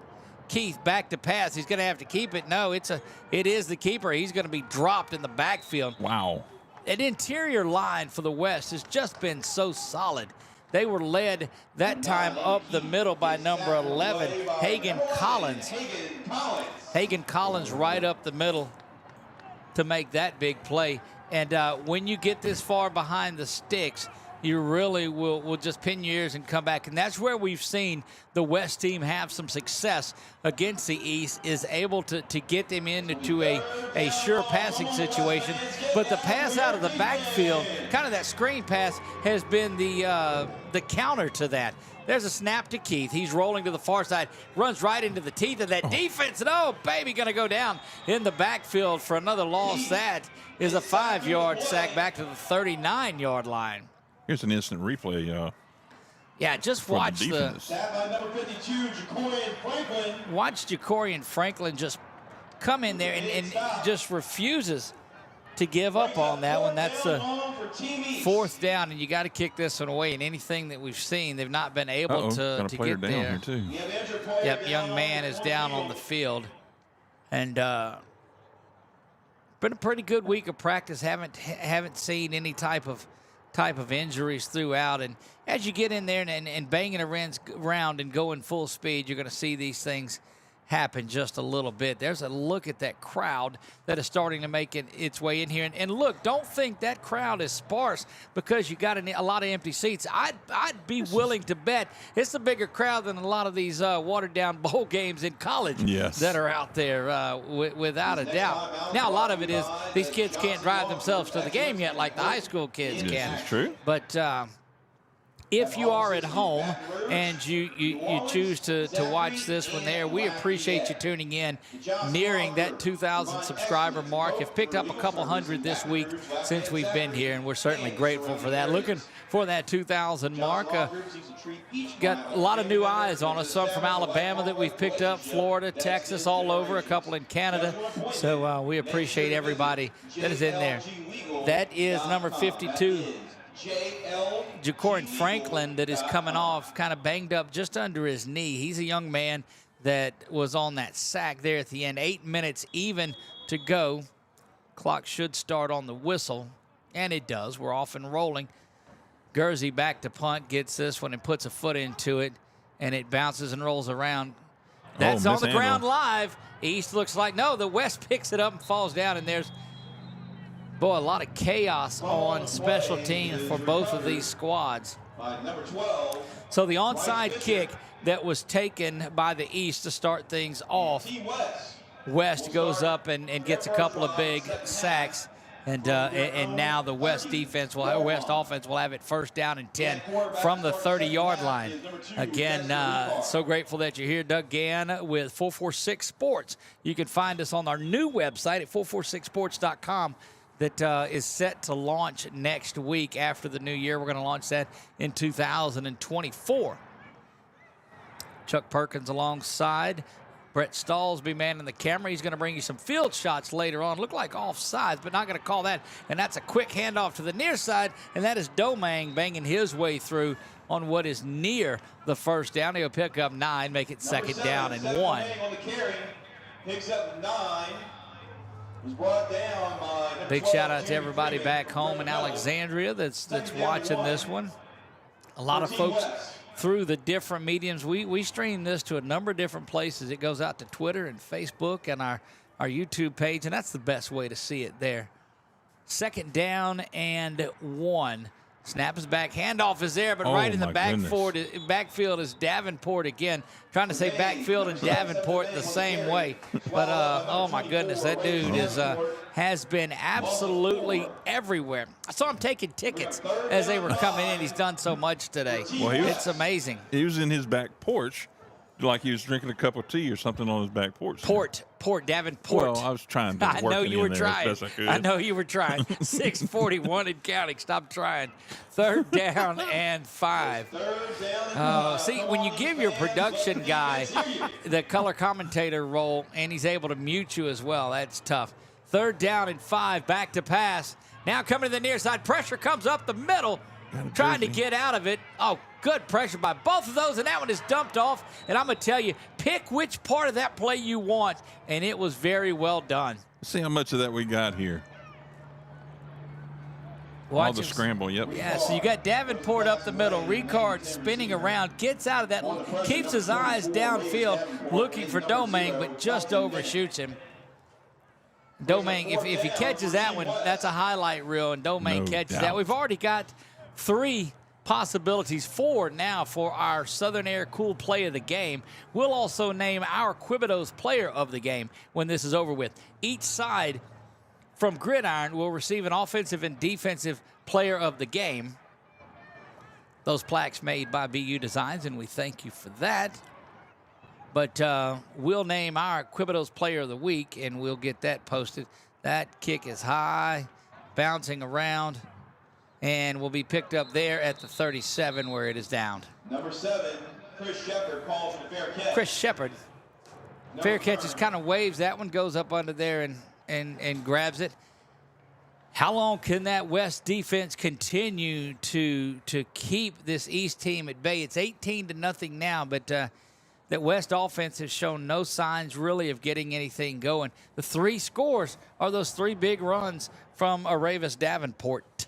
Yes. Port. Right. Yes. Likes the enunciations right that he has there. Have to. don't want to be accused of having too much of a Southern dialect as this is going around the country and internationally as well. Kind of like licked skillet, right? We did find out about Lick Skillet, Alabama. No, licked skillet. It's so many great folks, and we'll talk some more about those stories as we get into that 6 o'clock game. Snap is back. That is Gursey. Dumps it off to the far side. That's behind the line of scrimmage. But and it looked like it was backwards, but they're throwing a... They're going to throw a flag and may end up throwing a hat. It very well could be a unnecessary roughness there towards the end of the play. And those officials will be doing what they can to curtail some of that aforementioned chippiness. Have to get all of my words. It's been about a month since we've had a game, so. This is true. Football game, anyway. Yes. Oh, they're moving it forward. Yeah, that's that unnecessary roughness. And that may give that momentum back over to this East squad as they will scrimmage from inside the 50 to the 47-yard line of the West. Moving right to left, 6:04 here to go in the third. Again, 10-minute quarters in this one, so you worry about fatigue starting to set in on some of these young men who I think normally play only 8-minute quarters, some 6, but goodness, and it's been probably a month or two before they've played. Back to pass is Gursey. He's got to scramble. He's trying to get around the corner and does. There's going to be a hold, so it's all going to come back. It'll be for naught. Knocked out of bounds, and they're bringing it back instantly as the flag sits around the 48-yard line of the East. There is a flag holding called against Team East. Yeah, they'll bring that back. And only one person is aware of that penalty, and I think that is the white hat. All the rest of them were setting up ready to go from the end of that run, but it'll back it up a long way. And again, working in the favor of the West, the East team will be a long way behind the sticks. Yes. Several yards. Timeout by the East. We'll take it with them and be back in 30 seconds. You are watching Gridiron Football All-Star Bowl game right here on 446 Sports. Our mobile banking app is changing the way we bank. Things are getting easier, transactions are getting safer, and you have access 24/7. All the functionality of banking you're used to, made easier to use, anywhere, anytime, and more secure than ever.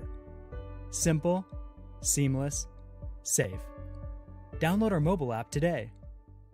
Is your vision just not as crisp and clear as it used to be?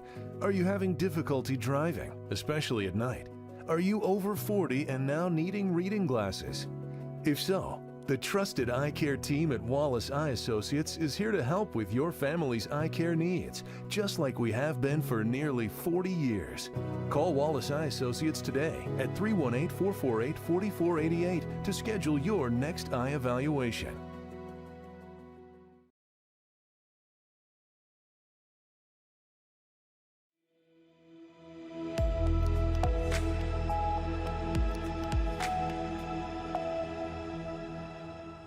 Back to live action we go. Repeat first down following the hold. First down and 20. 5:54 remaining. Back to pass is Gursey, and he's going to be trapped up there. I'm telling you, when you get this East team behind the chains, that defense of the West team just piles through. Gursey is sacked.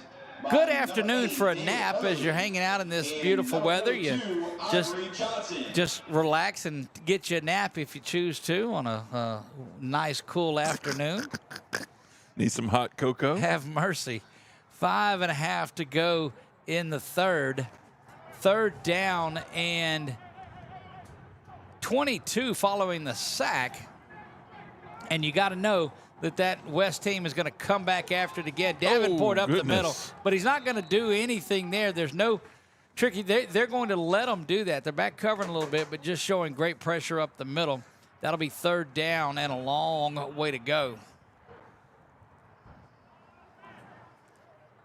Long way to go for the East team. They are eastbound and down 4:50 remaining in the third. Gursey scrambling to the far side. He's pressured and just has to dump that one off, but is hammered down on the far side.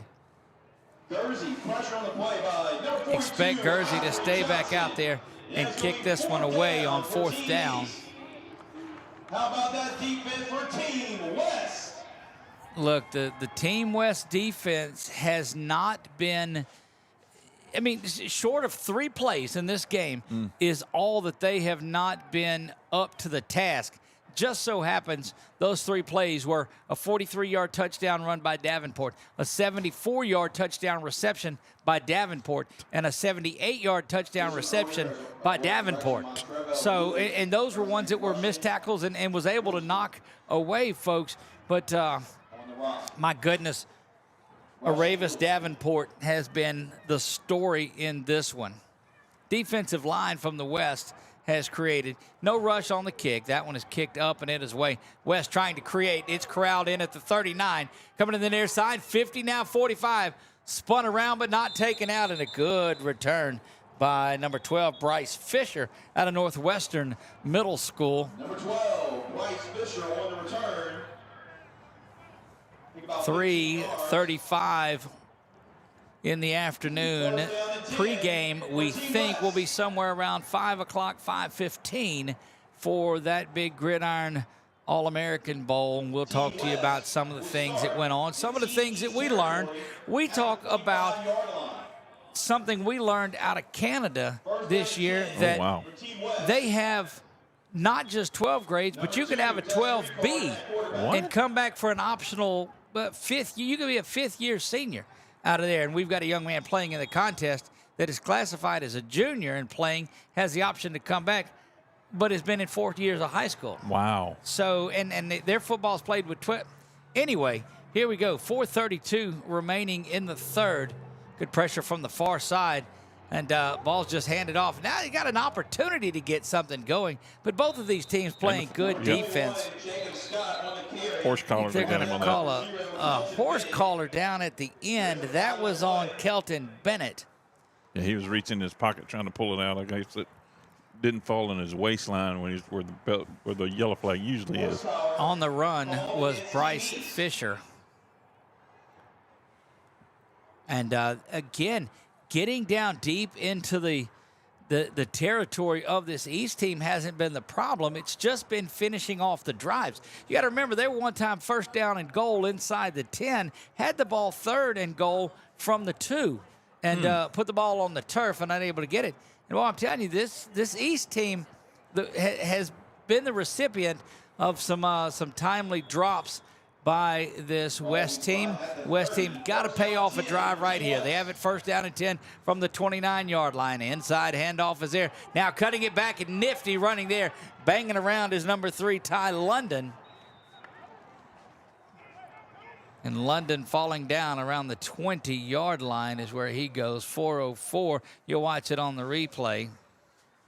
Saw what I did there, Brett, didn't you? Saw that. Ty London banging around. Lewis with the tackle there.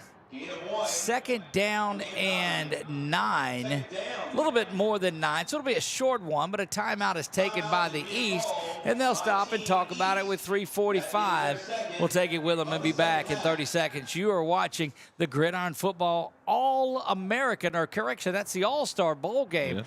Brought to you by the Johnson Law Group, right here on 446 Sports. BK Distributors is proud to support high school athletics on 446 Sports. BK is the one-stop shop for trophies, banners, awards, letter jackets, and just about anything award-related. And now, welcome BK Apparel and BK Promotions to the family. For all your spirit apparel needs and anything you need to brand your business. When you think of anything you need with your name on it, think BK. Check them out on Facebook or at bkdistrib.com. BK Distributors, Apparel and Promotions in Pineville.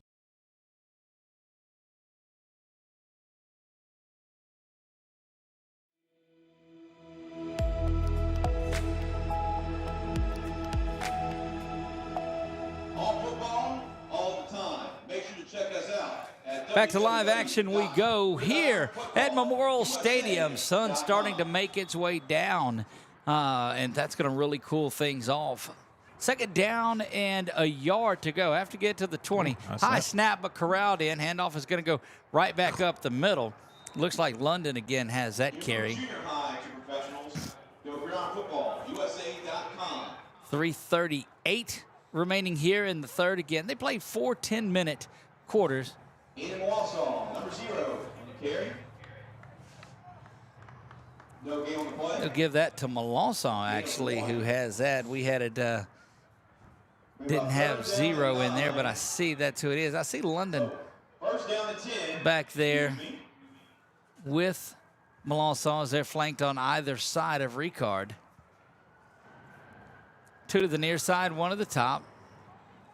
Third down. I think they've got the chain wrong. Spun around. Ball is on the ground again, and that's going to be a turnover. East will have it. East team comes out of there, and that's just what we talked about, is just that untimely turnovers. I count 4 turnovers now for the west side that they have recovered. And Jackson has that, but any time that you're that far behind in the turnover battle, it's just it spells bad things for you. First down and 10 now for the East. They will have it from the 20-yard line as they start to go the other way. Just a great football game. Played well on both sides. Defense has dictated these. It has been the 3 big plays from the young man from T.O. Rushing, Aravis Davenport, number 24, who has broken some tackles. That West defense has keyed on him, though, and have kept him mainly in check. I know his numbers are big and his stats are high, but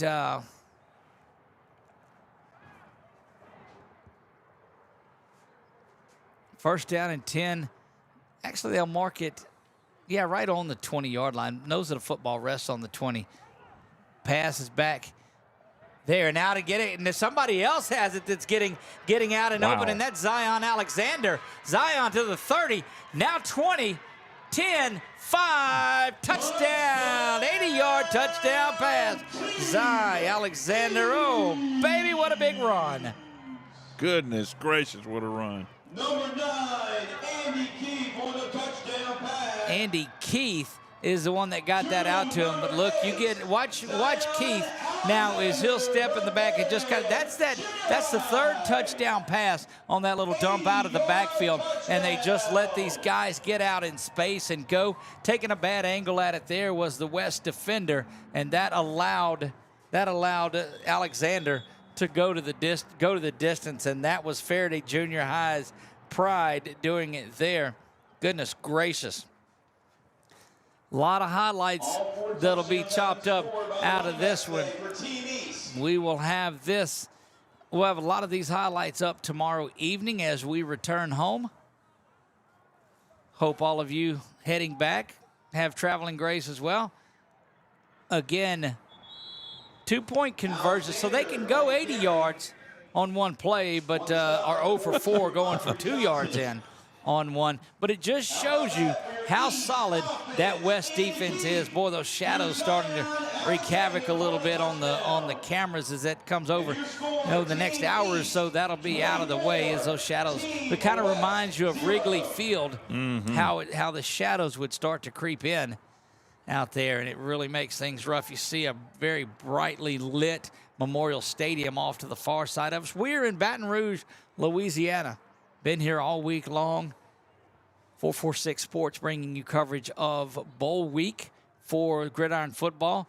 Have you been to the Gridiron Football Facebook page? You need to go check that out. Also, go to gridironfootballusa.com. That is their website. You can follow along with their magazine. They've got a magazine that comes out, and you want to know anything about sports and football, you want to know anything about football around the state of Louisiana, and quite frankly, throughout the nation, check out Gridiron Football. Like we're going to have offsides on the kicking team, and we do, crossing the line before the kicker did. Boy, this is the third quarter that won't go away.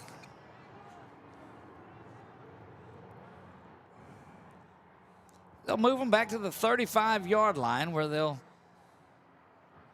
would say tee it back up, but they won't. That is Gursey that is there. Carson Gursey, Youngsville Middle School. You've heard us talk about him throughout the afternoon as he has thrown a couple of touchdown passes, both to Davenport. That kick is there, right? And it's caught in the air. Boy, you don't see that a lot. And once again, this West team will start off in plus territory, but are 0 for 3 inside the red zone today with a couple of turnovers.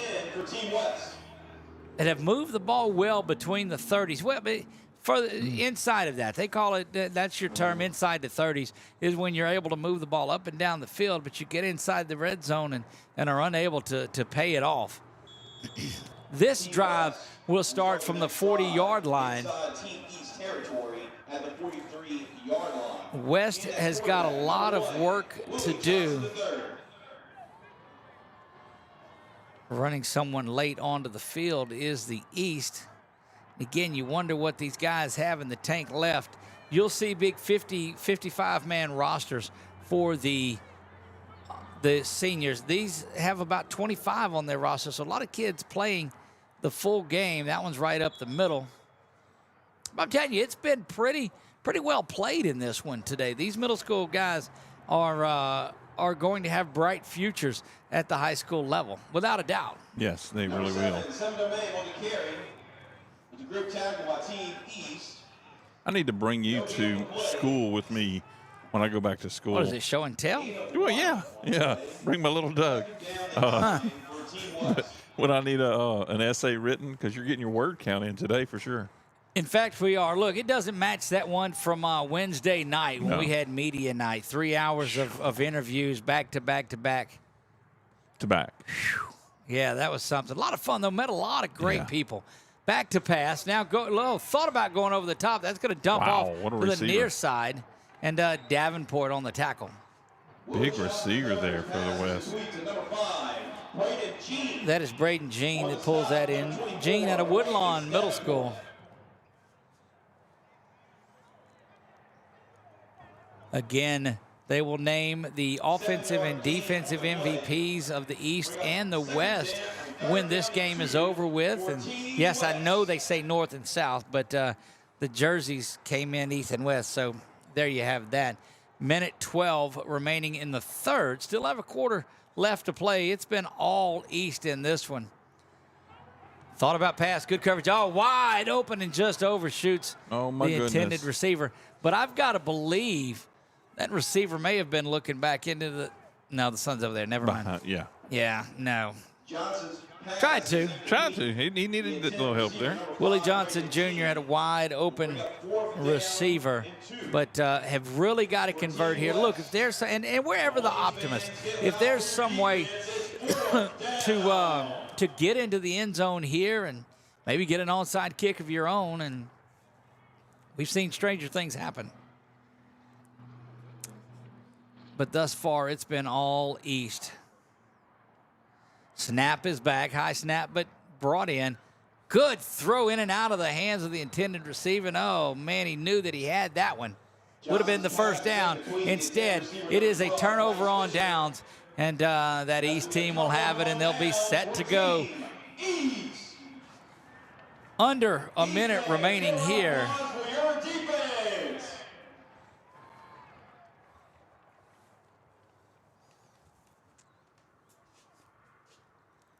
Looking ahead at the next game, again, this will be the 6th Gridiron Football All-American Bowl game, the 7th year of its existence, but COVID got it 1 year. COVID got a lot of things 1 year. Yeah. Couple of attention. Couple of coaches, Coach JT, who is coaching this middle school team, and Coach Collins, who we've interviewed as well, are both 5-0. Unblemished records, but they're both on the East, and that West team looks pretty solid. Little jet sweep is brought in by Freeman, and he is just hammered in the back. Man, if their mascot's not the Panthers or the Tigers or something with sharp claws, it should be, because they sunk him in there and just held on to him and drug him back. loss of five. And that's not been the problem is stopping most of the plays. It's just those 4 big ones. See if that is Guernsey and Davenport in here with 23 and 22. Do have to snap the football one more time this period. 14 and 13 on the play clock.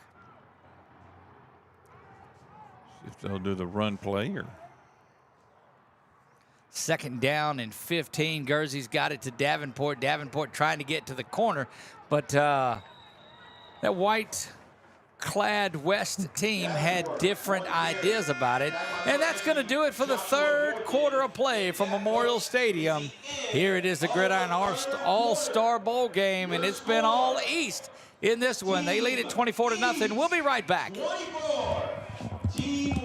Appliance Parts Company in Alexandria has all your major appliance parts needs. We sell parts to all major appliances as well as new appliances, including window units, chest, and upright freezers. Appliance Parts originally opened its doors on Lee Street in 1972, and we're now open at a new location on Memorial Drive to serve you better. Stop by, say hey to our crew, and check out our awesome holiday gifts. Appliance Parts, 2208 Memorial Drive in Alexandria next to Target. Open Monday through Friday, 8 to 5, and Saturday from 9 till 12.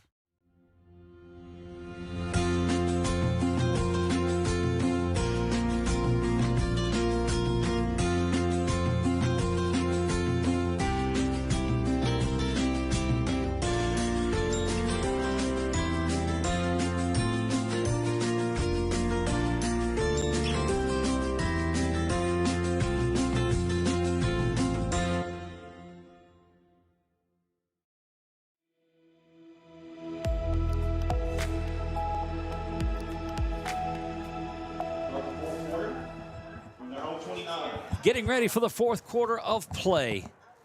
Doug Gann alongside of Chuck Perkins. Brett Stallsby in the booth with us here running the camera.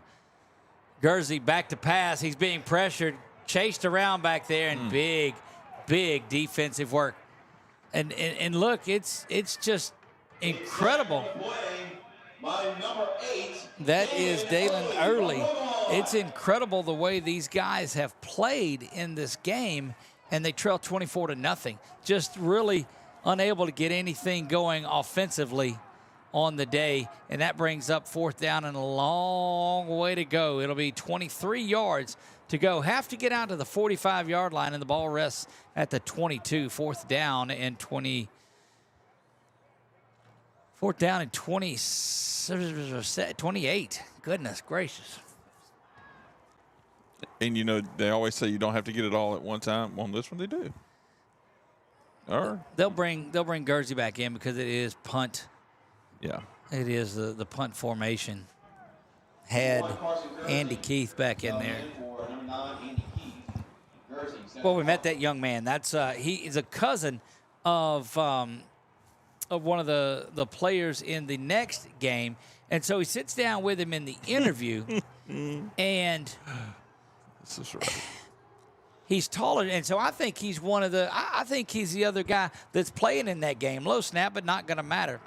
But he gets up and he's actually taller than Jaden Guernsey McDonald in that one, and West will have that one.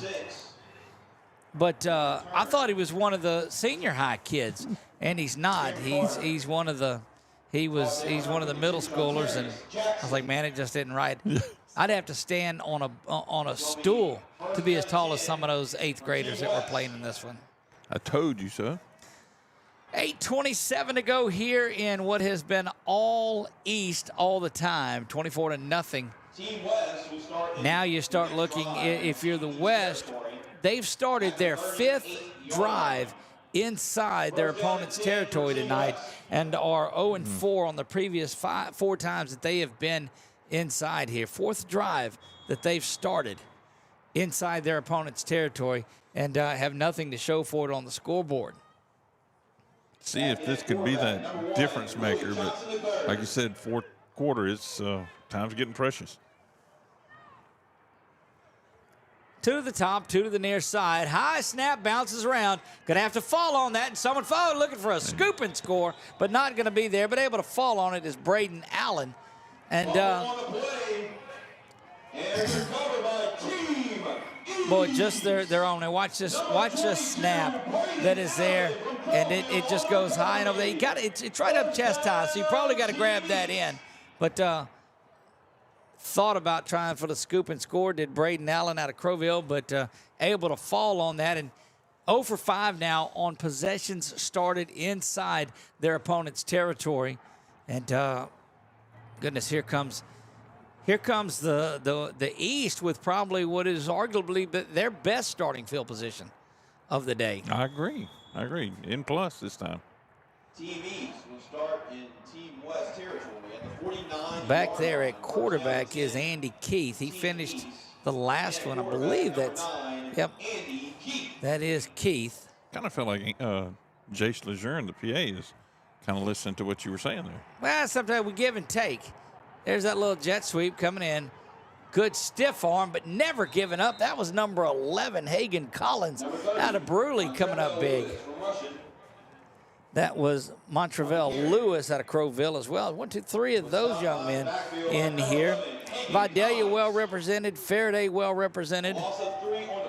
All that east side of Louisiana. Delta Charter goes up a little further than that. Have all made their way down here into this Baton Rouge area for this Gridiron All-Star Bowl game, middle school. And they have not disappointed today in this one. This game, 24-0. But you look at the field, and it's been one of those games that has been very well played. Back to pass as Keith pressured up the middle. Not a horse collar. It spins out of it. Does Keith. Jukin spins around, and he's just he's leveled right there by Braden Jean of the East, and we'll see. Yeah, he'll get him up. And then here comes the boom from number 5, Braden Jean. Yeah, that's just.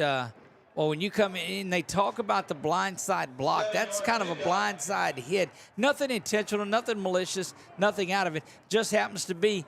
Football is a very physical sport, and there's an opportunity to get hit pretty hard, and it happened there. They're going to take a timeout and get that young man up. Looks like it just got his bell rung a little bit. He'll shake that off. We have seen Andy Keith, just a solid, strong-willed player that has taken some shots and hopped right back up. You got an instant replay if you want to see it or not. Now let's stay away I'd rather not, from that. 7:20. What we'll do is take a quick break, and we'll be back in 30 seconds. You're watching the All-Star Bowl game right here on 446 Sports. This month, as we gather with the ones we love, let's take a moment to give thanks for the blessings in our lives. When it comes to protecting what matters most, trust those who care about your family as much as you do. I'm Jason Hawk, your local Farm Bureau insurance agent. I'm here to help you protect what you hold dear. Whether auto, home, or life, have peace of mind knowing that your family is covered today, tomorrow, and for years to come. So talk to Hawk at 318-791-HAWK or online at talktohawk.com.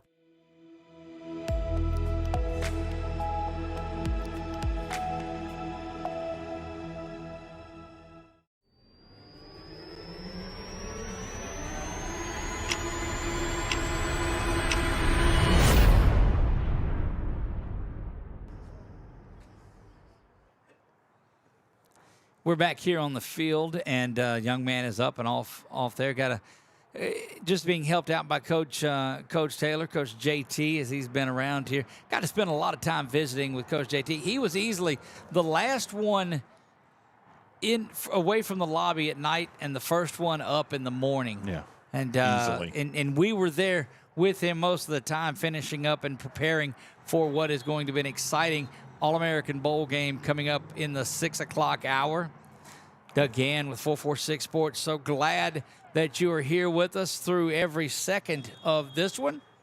And I will say, with the many conversations we had with him, he had a plethora of knowledge of different, especially of LSU. Indeed, and he's umpired a lot through the years and coached around the state. And boy, you just make so many people here while you're in. I invite you to come down. Next time you get an opportunity, you ought to come on down this way. There goes Gursey. He spun around the corner, turns back into his body and throws that one, and that's one of the better passes that we've seen him throw today.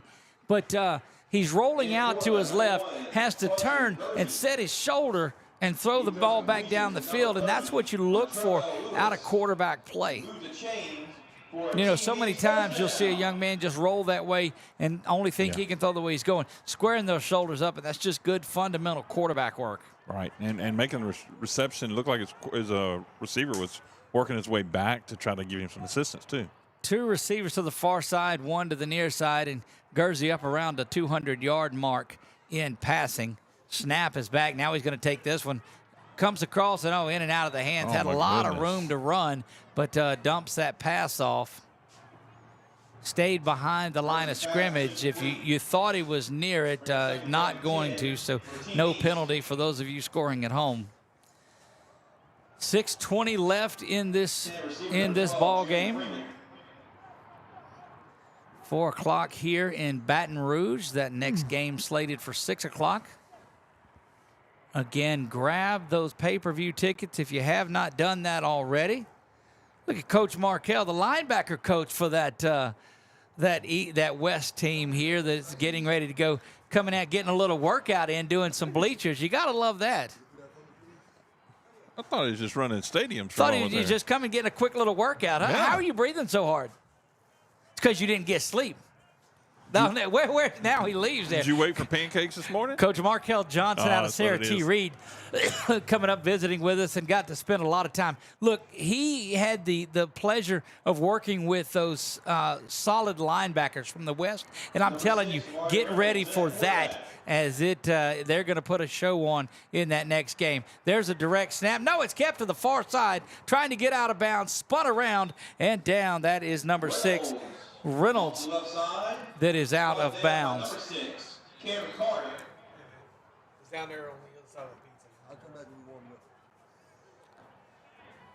Nearing the halfway point and looked like spun out of bounds there. Timeout called by the West. By Team West. We'll keep it right here. Chuck, tell us a little bit about what we're going to look forward to tonight. Well, you were talking about earlier you mentioned that our All-American Bowl game for the seniors this year. And we had a couple of juniors actually out there practicing with them. Now, they won't get to make an appearance in the bowl game itself, but they were out there practicing. So we have the bowl game coming off. Kickoff is at 6. Pregame, we've said it's like 5:15. I'm going to probably say it'd be closer to 5:15 because I know I'm going to have to make a trip down to the bottom of the stadium to find a restroom. And it's probably going to take me a couple of breath stops back up to get up here. So I'm going to bank on 5:15 on our start. Just saying. But that coming up, if you're watching to get to that game, either you have to be here live or you can watch it live through our live stream. You have to get your ticket through Gridiron Football on their page there. 3rd down and 9. Guernsey inside handoff, trying to make things happen, but another big defensive stop there in the middle. That's going to bring up 4th down for the East, and you know that certainly they will stay in there and do some work, trying to grind out as much clock as they can as we go halfway home here in the 4th. Trying to get this All-Star Bowl game put to bed. 4:52 and counting, 24-0. East have the lead and the football. 4th down and 5. Have to get to the 25-yard line in order to move the sticks. Snap is back. Inside handoff is there. Now cut up. Wow. Oh, it's going to depend where they may mark it shy, and they do. And that's another turnover on downs by the East team. The white team, white-clad West defense steps up and makes the stop. Good tackling has been there. Been very impressed with it. Did you see that? The 2 I guess they're both number 1s. It looked like it. But he went over after the tackle. He went over and they gave like a congratulatory hug on that. That's awesome. Yeah, you've seen a lot of sportsmanship all this week, and it's kind of one of those talent recognizing talent type of things. We saw just a ton of it out of that at that senior level game. And that's what you like to see out here on the field. Fight hard, challenge each other. But at the end of the day, you know, your family, because you're playing the same game. And, just show the love to one another. Well, and those young guys were able to be around a lot of things. They went to the 7-on-7, which was not football 7-on-7. It was 7 players or 7 former college and NFL players. Speaking of these young men, back to pass, going over the top. What a beautiful pass it is. There's Davenport that is going to get whistled for pass interference. Flag comes from the far side, but it's Davenport not turning around and playing the ball and just got in the way of it. So that's going to be a first down as a result of the penalty. But you go back to that 7-on-7. We heard from Gabe Northern, former LSU and Buffalo Bills star. We heard from Tyler Lewis was out there. Singleton was there. Goodness, just a number. Chris Clark made the trip. A number of guys that came in there and talked to these young men and reminded them that while football is such a vital part of their life, it is only a part of their lives. And great to see these young men respond to it. Back to pass now. Again, we saw a great arm earlier. Steps up in the pocket, now spins around. Coming to the near side, he's going to have to square his shoulders and unable to. If he gets to the corner, he's got a chance. But look at that lateral pursuit out of the East team's Kelton Bennett as he goes sideline to sideline along with Dexter Ricard. A plus 2 yards on, dare I say, 87 yards of running? Unofficially 87 yards side to side, 50-yard field. And he traversed it a bit. Yeah, it was quite the athletic display there. 4:46 remaining here in the ball game. Trying to finish this first one off and get ready for the second. Ricard back to pass. Now he goes over the top, in and out of the hands. Close to the near side, number 22. Kendarius Bridges was the intended receiver. Chris Shepard from Faraday back in coverage.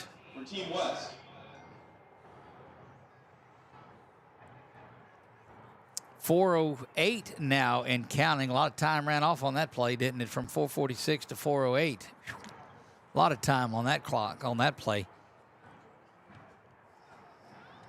Wow. Third down. Wow. Third down and 8 for the West.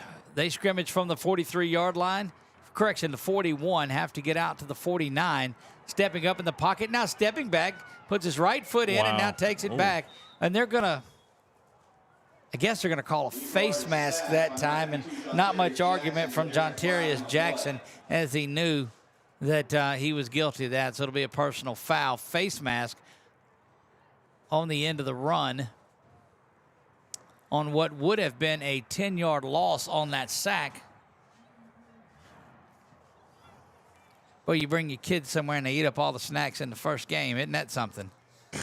4:01 to go here in the ball game. Eat all the snacks. But look, we're out of snacks. When you go back to the store, don't have time for that. It's going to be an interesting drive home. That's all I can say. That's all I can say. I know that back seat's going to be nice and comfy. Sun starts to set here in Baton Rouge, Louisiana. What's the phone number? Calling Baton Rouge. I thought I'd make the whole game without that. There goes Ricard over the top. Got a man. Again, outside shoulder when the receivers were looking in, and that was one of those. They got a little, a punch is thrown, and that young man is going to be ejected. That'll be Reynolds that will be ejected in this one. Looks like both players may very well be, as they got tied up into this one. And punches thrown, and that will be disqualifications in those games.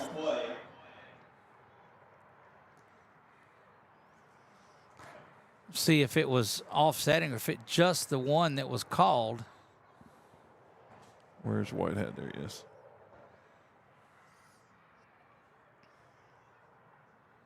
That happened at the tail end of that play. And we'd seen chippiness throughout this one. And personal foul on the defense. Personal foul, they offset on there. So no, well, you won't say no harm, no foul because punches were thrown in that one. But both players will be ejected and disqualified from this contest, the remaining 3:46 in this one. I'm going to tell you, didn't see this at all in the senior level side of it. Motion on that one, but nobody really concerned about it as they're trying to get the clock done. Ricard steps out of bounds wisely right in front of Chris Shepard. trying to go hurry up is this this West offense.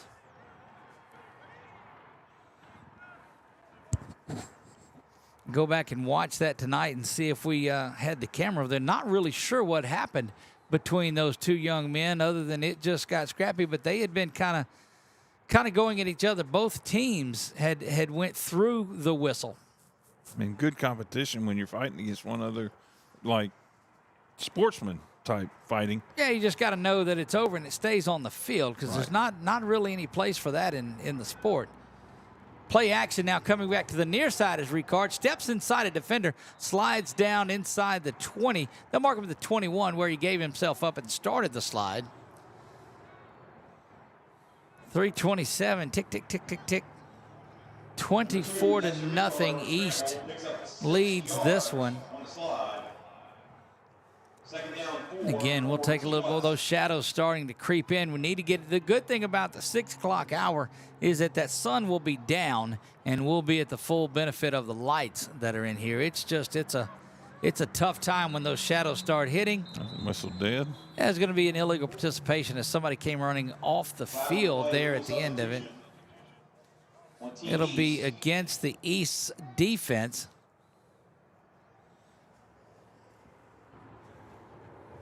We are a little over the 2-hour mark in this one that kicked off at 2 o'clock. This last half has went a lot slower than that first one. Yes, it has. And just the one touchdown here in the second. So no kickoffs short of the one to start things off. And the touchdown snap is back to Ricard. He's going over the top in triple coverage. And look, had a good opportunity at it. As the defenders, I don't think really saw where the ball had went. Braden Jean was the intended receiver from Ricard. And a lot of the emotions, you can attribute that to fatigue. Again, you've got about 14, 15 guys on the sideline is all that are in there. So these rosters don't have but 26 or 27 people on them. So you have kids that are going both ways. Those offensive linemen, defensive linemen getting tired. And sometimes those things happen. Snaps back to Ricard. Here comes pressure. Now he rolls opposite wide. Tries to square his, and it's picked off in the end zone. They'll mark him out to the 2-yard line. That is number 7, Chris Shepard. That's 3 red zone turnovers. Well, let's watch that back again. And Ricard just trying to make something happen. Squares the shoulders up, kind of jump passes that one, but unable to get anything on there. And there's Shepard with the INT. So Zion Alexander with an interception today. Chris Shepard with an interception today. And it's just a couple of fumble recoveries. And, man, it's been one of those games for the West unable to finish drives off. Yeah, and, like you said, getting that good field position, either kickoffs or whatnot, or every time they got the ball, it seemed like they had great field position, but just could not finish it up. No, and that's that defense of the East Side has been just so solid and opportunistic as they get those turnovers when they need it. That's the second time that the East team will start inside their own 5-yard line from a turnover. Yes, and we heard Coach Bryson say it early on at the very beginning. It said defense wins games. Yep, indeed. And, boy, you start looking ahead to that West-East All-American Bowl. Thought the ball came out. Turnover, and it did. And so the West will have it here. 2:24 remaining. They'll get it first down and goal. That's the second time they've had first and goal to start a possession.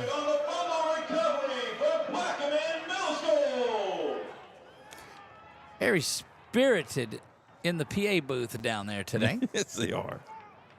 Look, folks, and we're glad that you've joined us to watch this great game here between these two squads. And if you've enjoyed the production, just give us a thumbs up. It's something we enjoy doing here at 446 Sports. My name is Chuck Perkins, alongside the CEO and man of the day. A little bit of everything. Yeah, Doug. we'll see. Timeout there whistled, and trying to garner some.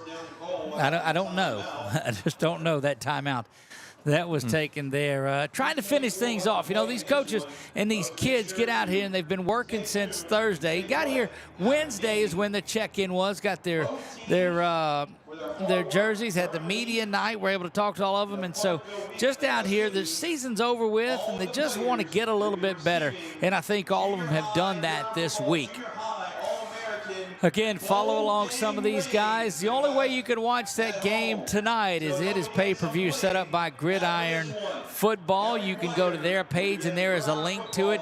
You can go to our page at 446sports.com and find that. If you've already got your ticket on there, thank you for doing that. All of the proceeds will go into Gridiron Football to help put on more and more of these great events. First down and goal from the 5-yard line goes the West. And, boy, you'd like to see them find some way to punch it in right here and get that goose egg off. Sure, that east side defense, you don't want to see that happen. Ricard's going to keep it himself. Try to get to the near side. Nifty move, spun around, and he stopped inside the one. Tried to stretch the ball out over the goal line, but not going to do it. Plenty of time to get back up there and get another play off. You see BU Designs with our thing, and that's just a good read option. Pulled that down, and a good tackling right there. That's 52 again that came up at John Terrius Jackson to make that stop. Back in the shotgun is Ricard. Handoff comes to the near side. Trying to get to the corner, and does, into the end zone. That is Ty London out of West Feliciana. Check it out on the instant replay. Possibly. And that's the replay of what it was the other night when it was dark. Yes, it was. Let's try something else. 24-6. Try it one more time, see if it had time to reset. There it is. This is that touchdown run from London. Watch. He'll pick it up here and starts to go to the middle and then kicks to the outside and just thought they had him right there. Did number 7, Chris Shepard, who had the INT down here moments ago, but was unable to deny that touchdown run from London, 24-6.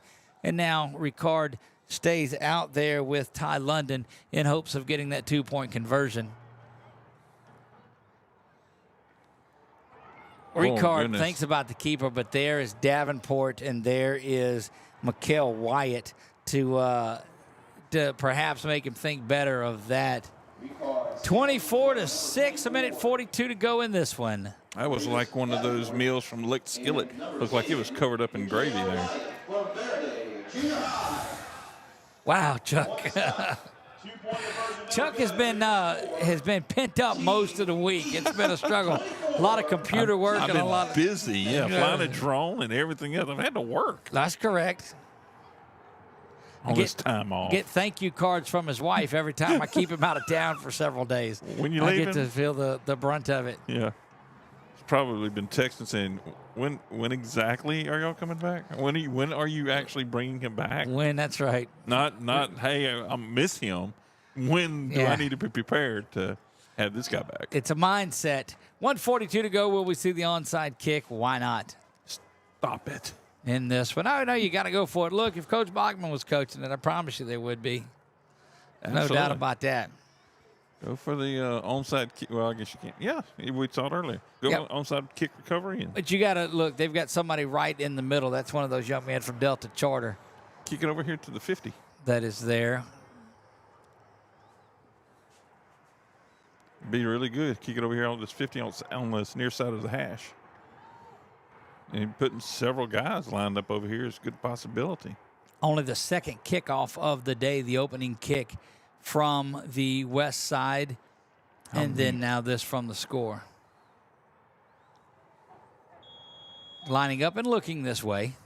Got to expect that it's going to come over in what is the most open side of it. Well, he goes and kicks that one downfield. It's returnable, but bounces around, picks it up there, does Aiden Taylor. Ball's out. And that's how you do an onside kick. You just kick it down the field. And I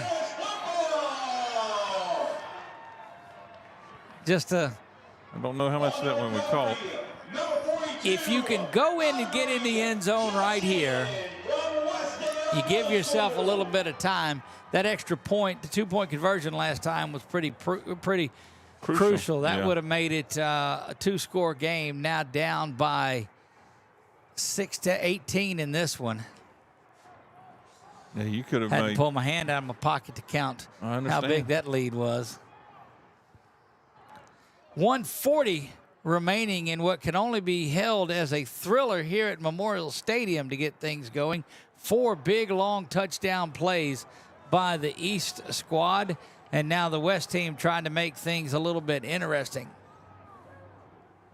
If you're looking ahead at the next game, West teams, boy, the offense of the East side versus the defense of the West side, what's going to prevail in that one? Right. First down and 10 from the 22-yard line is where the West team will have it. Little play action now going deep. Got a man wide open, and that's complete to the 5 and into the end zone. That is a touchdown pass from Willie Johnson Jr. to Javonte Thomas. Crucial 2-point conversion missed earlier is what you said. Yep, sure did. We'd been a 1-score game, but watch the little play action on your screen, and now it goes over the top of it to a wide open receiver. And look, those that tuned out early, this thing is turning into one of those ball games. And it seemed like the little fisticuffs might have got this east or this west side fired up just a bit. But you got 3 receivers to the far side and only 1 person covering. Now they're out there on it. Goes back the other way. The little stop route, and it's complete. 2-point conversion is good. 24-14 now. What did they say? Don't call it a comeback. So that's 8 points for Ron Johnson III. 14 points in the last 6 minutes or so of gameplay. But that last score was scored in what? 20 seconds, about 20 seconds worth? Wasn't long, from kickoff to That's correct. score? 24-14. Well, if you had the over in this one, you were sweating it for a while, and now you're back on. There, I say that joking. There is no line on the Gridiron All-Star middle school game. On that one. Just let me just tell you. Whew. Yes. Throw in that little disclaimer. 2.5 hours in, and it's difficult to continue to come up with what can only be deemed as a lack of wisdom. 1, 2, 3, 4, Yeah, I'm counting 5, too. 6 on this side. They had 12 on the field. Now there's 11. Yeah, if they could kick it over here to this side, that would just be crazy. Now there's only 10 on the field on the return team. Got one more that ran on there. So they had 12 to start with and ran 2 off and carried the 1.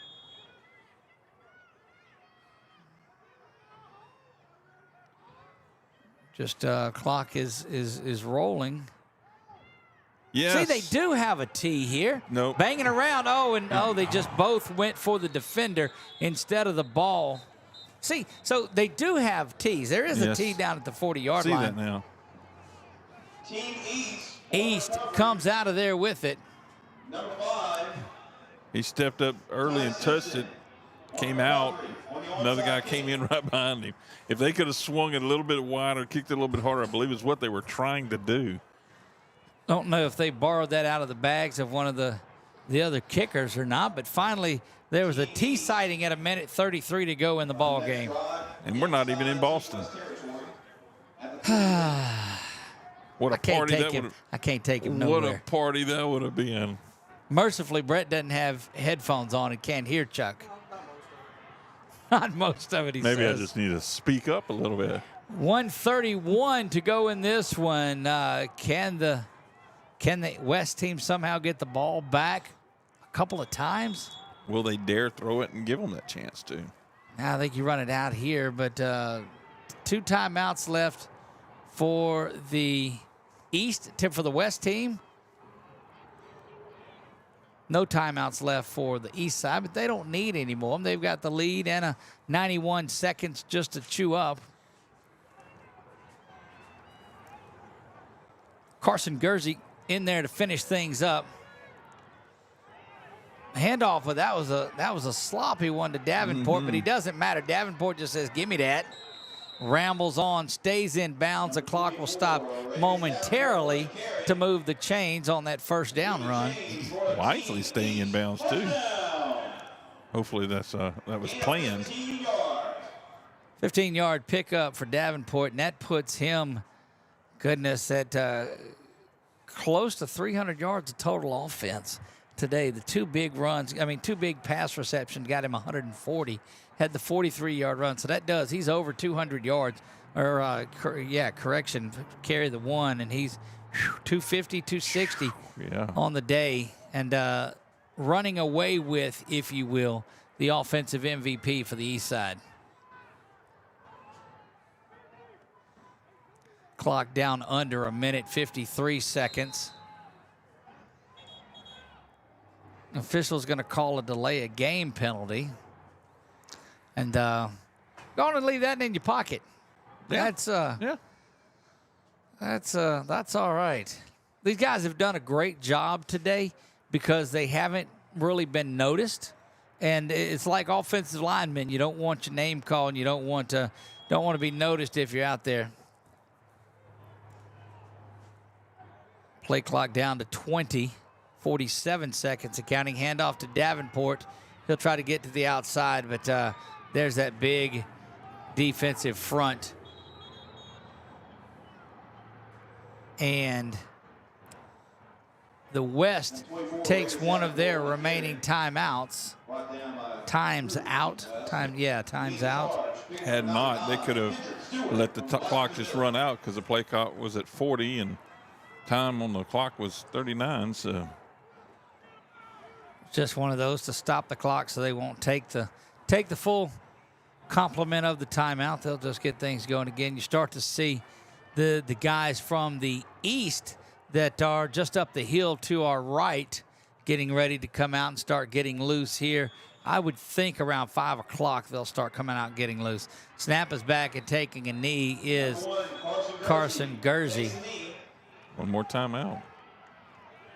And starting to hear chance of throw the ball there after those timeouts were taken, but can't take it with you anyway. And so out of timeouts, 25. You got to run off about 8 or 9 seconds here, but this one just the sake of running this out. Second down, take a couple of knees and get on out of here. And the East is going to be out of here with a 24-14 victory. It has been all Aravis Davenport. And this one is Gursey takes the knee. And that will do it for this afternoon's ball game. Stick around, see if they're going to have the MVP presentations in this one. Great advertising for a great day of football. Your final score. Team East 24, Team West 14. Team West. You see that on our Wallace Eye Associates scoreboard. If this is the only game that you tuned in for, thank you very much. We appreciate that. If you're just if this is just the appetizer and maybe you've already bought your ticket and you plan on spending the evening with us, thank you for that, and we look forward to seeing you back. We'll be on the air, we believe, around 5:15 or so. Stick around, folks. We'll have the bowl game ring presentation and MVP. Stick around. We'll leave it on and let you just listen to the sights and sounds of everything from here. So, guys, thank you for this one. We'll be back. We'll shut this broadcast down after the ceremony and get things kicked off around 5:15 for the next one. So we'll sign off on that one, and we'll talk to you soon.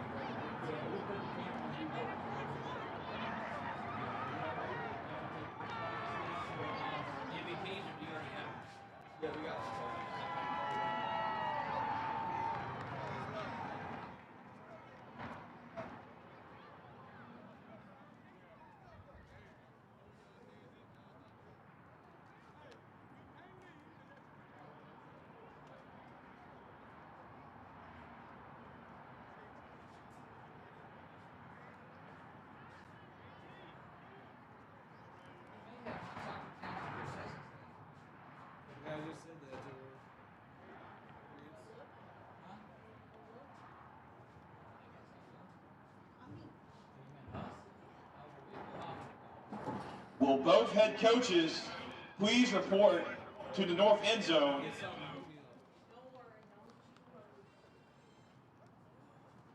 with bowl game ring ceremony and MVPs.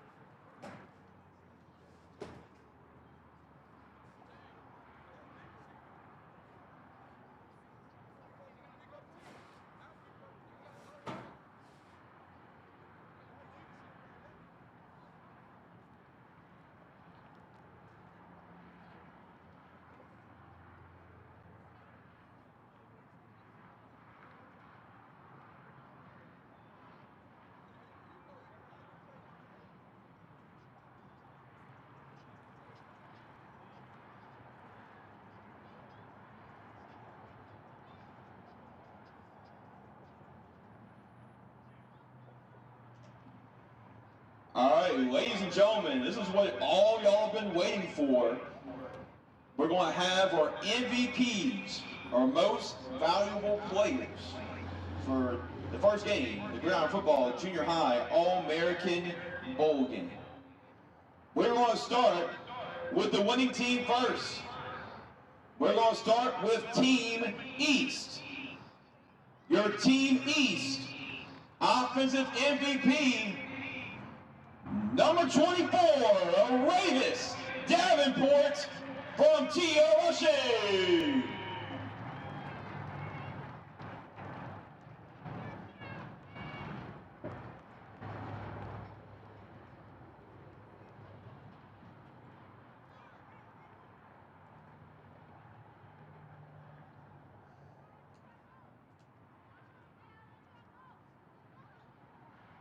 And also, Ravis will be getting his bowl game ring as well.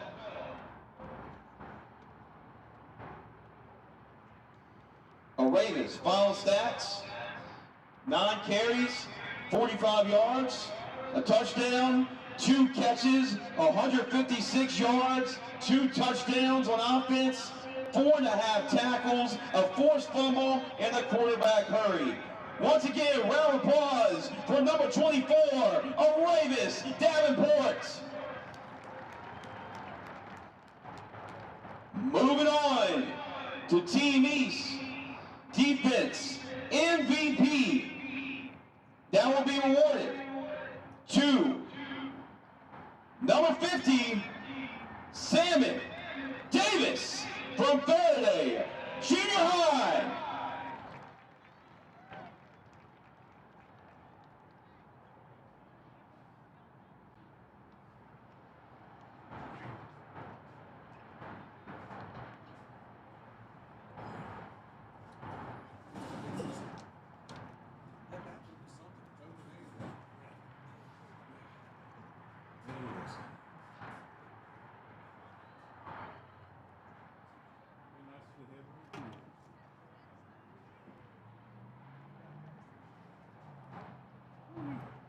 Also, number 50, Salmon Davis, will be getting his junior high All-American bowl game ring as well.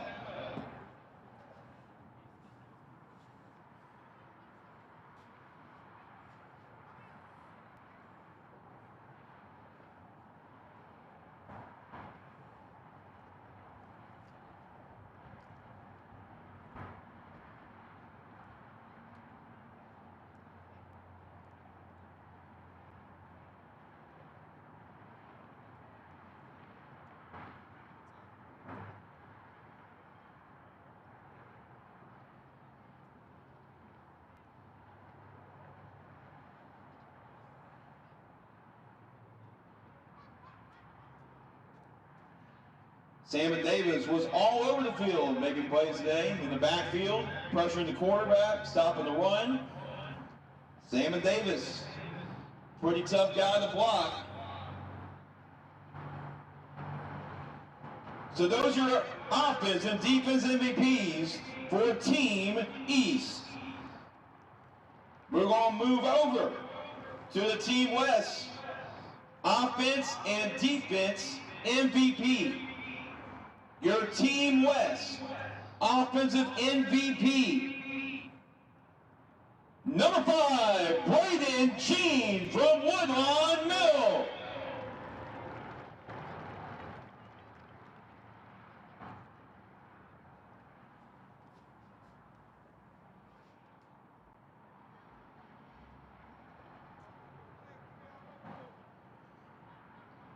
Braden Jean's numbers for today: 2 catches, 28 yards, a touchdown, and also a 2-point conversion.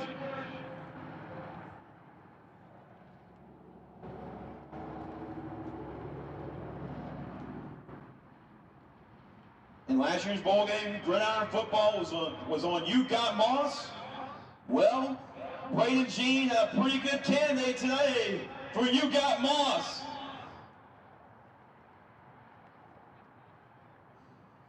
All right, we're going to go to our Team West defensive MVP. That award goes to number 11, Hagen Collins from Burley.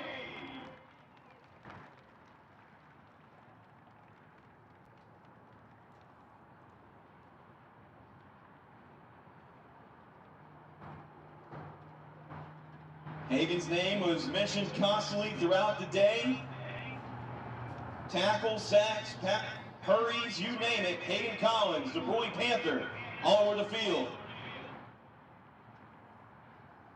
And then now, those are your offense and defensive MVPs. What we're going to do now, we'll recognize each individual player with their bowl game jersey.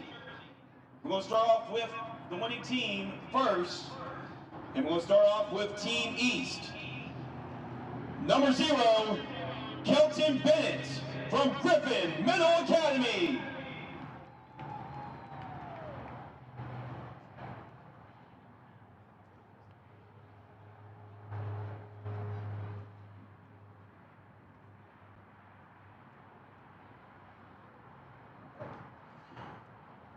Next up, number 1, quarterback, Carson Thursey from Youngsville Middle School.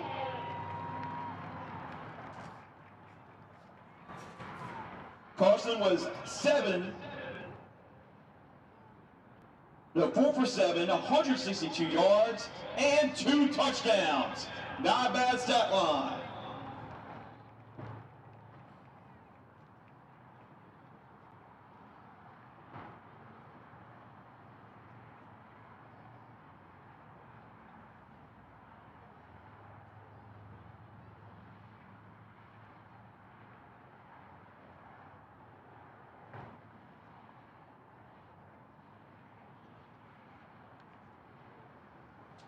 All right, next up, number 2, Aiden Taylor from Griffin Middle.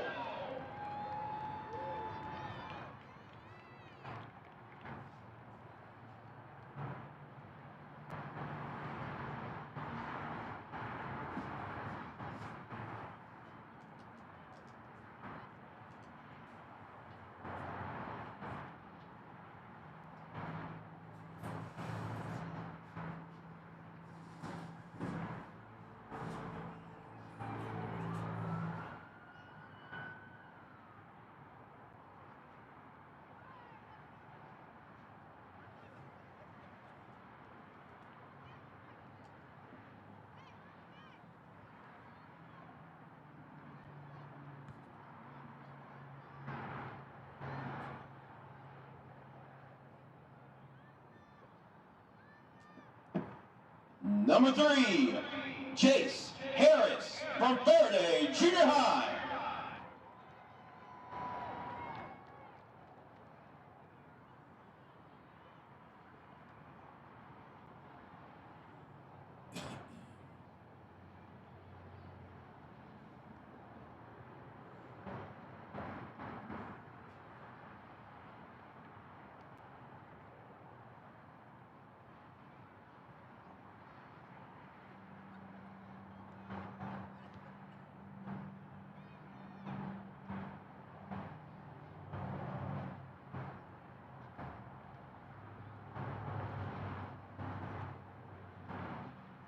Number 4, Jamari Carter from Faraday Junior High.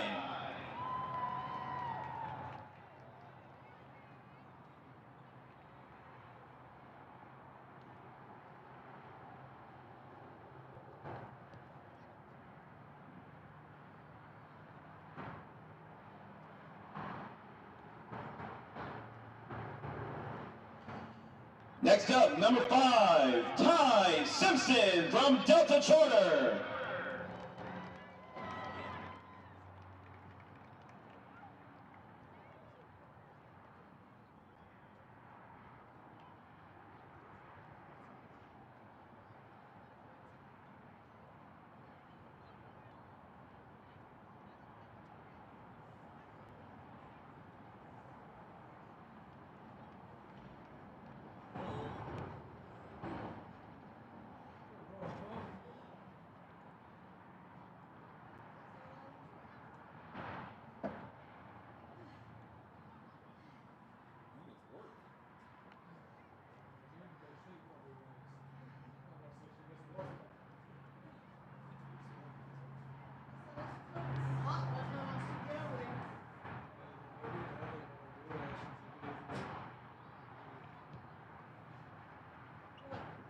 Okay.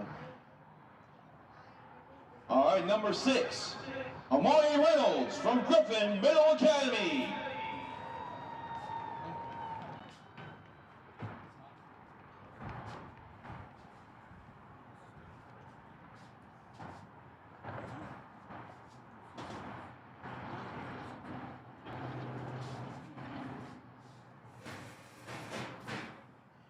Number 7, Chris Shepard from Faraday Junior High. Number 8, Zion Alexander from Faraday Junior High.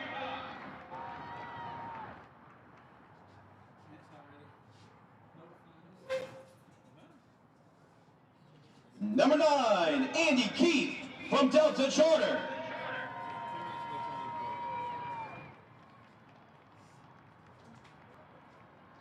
Number 10, Mikael Wyatt from Faraday Junior High.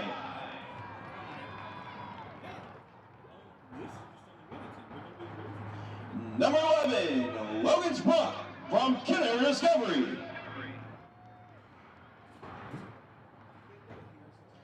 Number 12, Jeremy Freeman from Griffin Middle.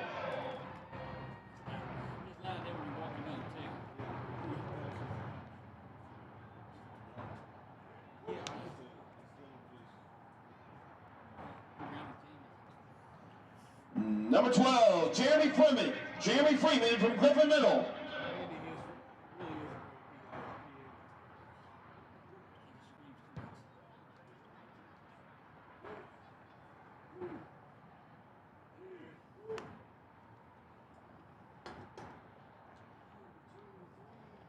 Number 20, Gary Wilson from Einstein Middle School.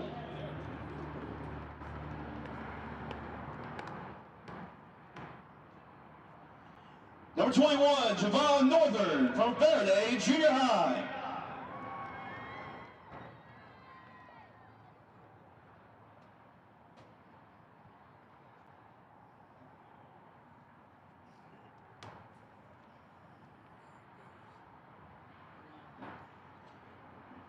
Number 22, Brayden Allen from Crowville.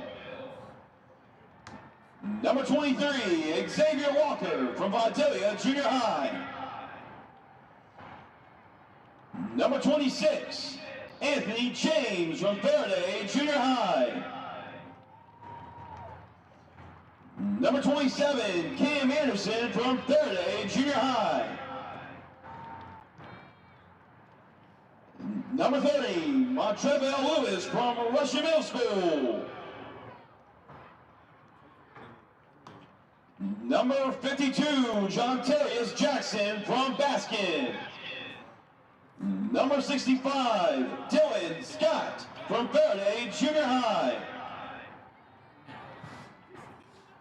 Number 77, Kobe Lewis from Faraday Junior High. Number 74, Will Giddens from Crowville. And finally, number 77, Isaiah McLaurin from Einstein Middle School. Let's give a round of applause for the winning team, Team East.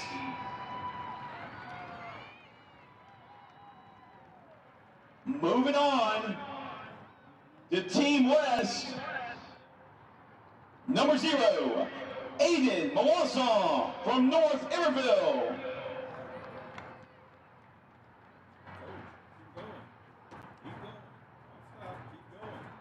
Number 1, Willie Johnson III from Northwestern Middle School. 7 for 16, 57 yards, and a touchdown.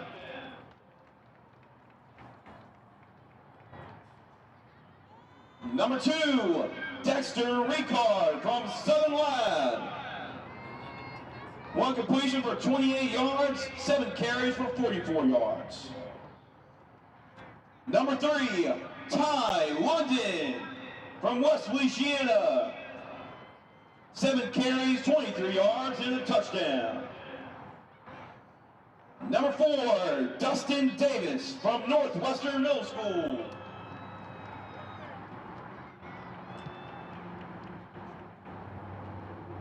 Number 6, Cameron Carter from Rougon Middle School. Number 7, Seven Domingue from Parkview Baptist. Number 8, Dalen Early from Woodlawn Middle School.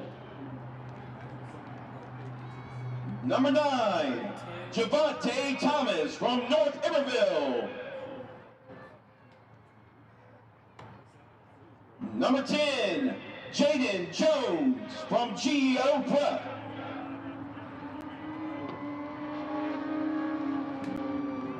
Number 12, Bryce Fisher from Northwestern Middle School. Number 20, Troy Ramos from Southeast Middle School. Number 21, Jacob Scott from Westdale Middle School. Number 22, Kendarius Bridges from Westdale Middle School. Number 23, Stratton Kane from Catholic Point Capee. Number 24, Jamarion Campbell from Livonia Middle School. Number 26, Talamessi Albert from Woodlawn Middle School. Number 27, Tyler Payne from Caneview Middle School. Number 30, Roderick James from Prairieville Middle School. Number 42, Ivory Johnson from Westdale Middle School. Number 50, Joshua Morgan from Northwestern Middle School. Number 52, Jacorian Franklin from Rugon Middle School. Number 65, Carter Williams from Westdale Middle School. Number 67, Kieran Robinson from Westdale Middle School. Number 68, Hunter Jaro from Catholic High School right here in Baton Rouge. Number 75, Jax Spiller from Westdale Middle School. Number 78, Hazen Vasquez from Westdale Middle School. And finally, number 99, Hendren Stewart from Plaquemine Middle School. Ladies and gentlemen, let's give a round of applause for both teams, everybody that participated in this game. What a ball game, folks. Final score, Team East 24, Team West 14. Stick around, folks. That was a pretty good appetizer, but we've got the grand course coming up. The Gridiron Football Senior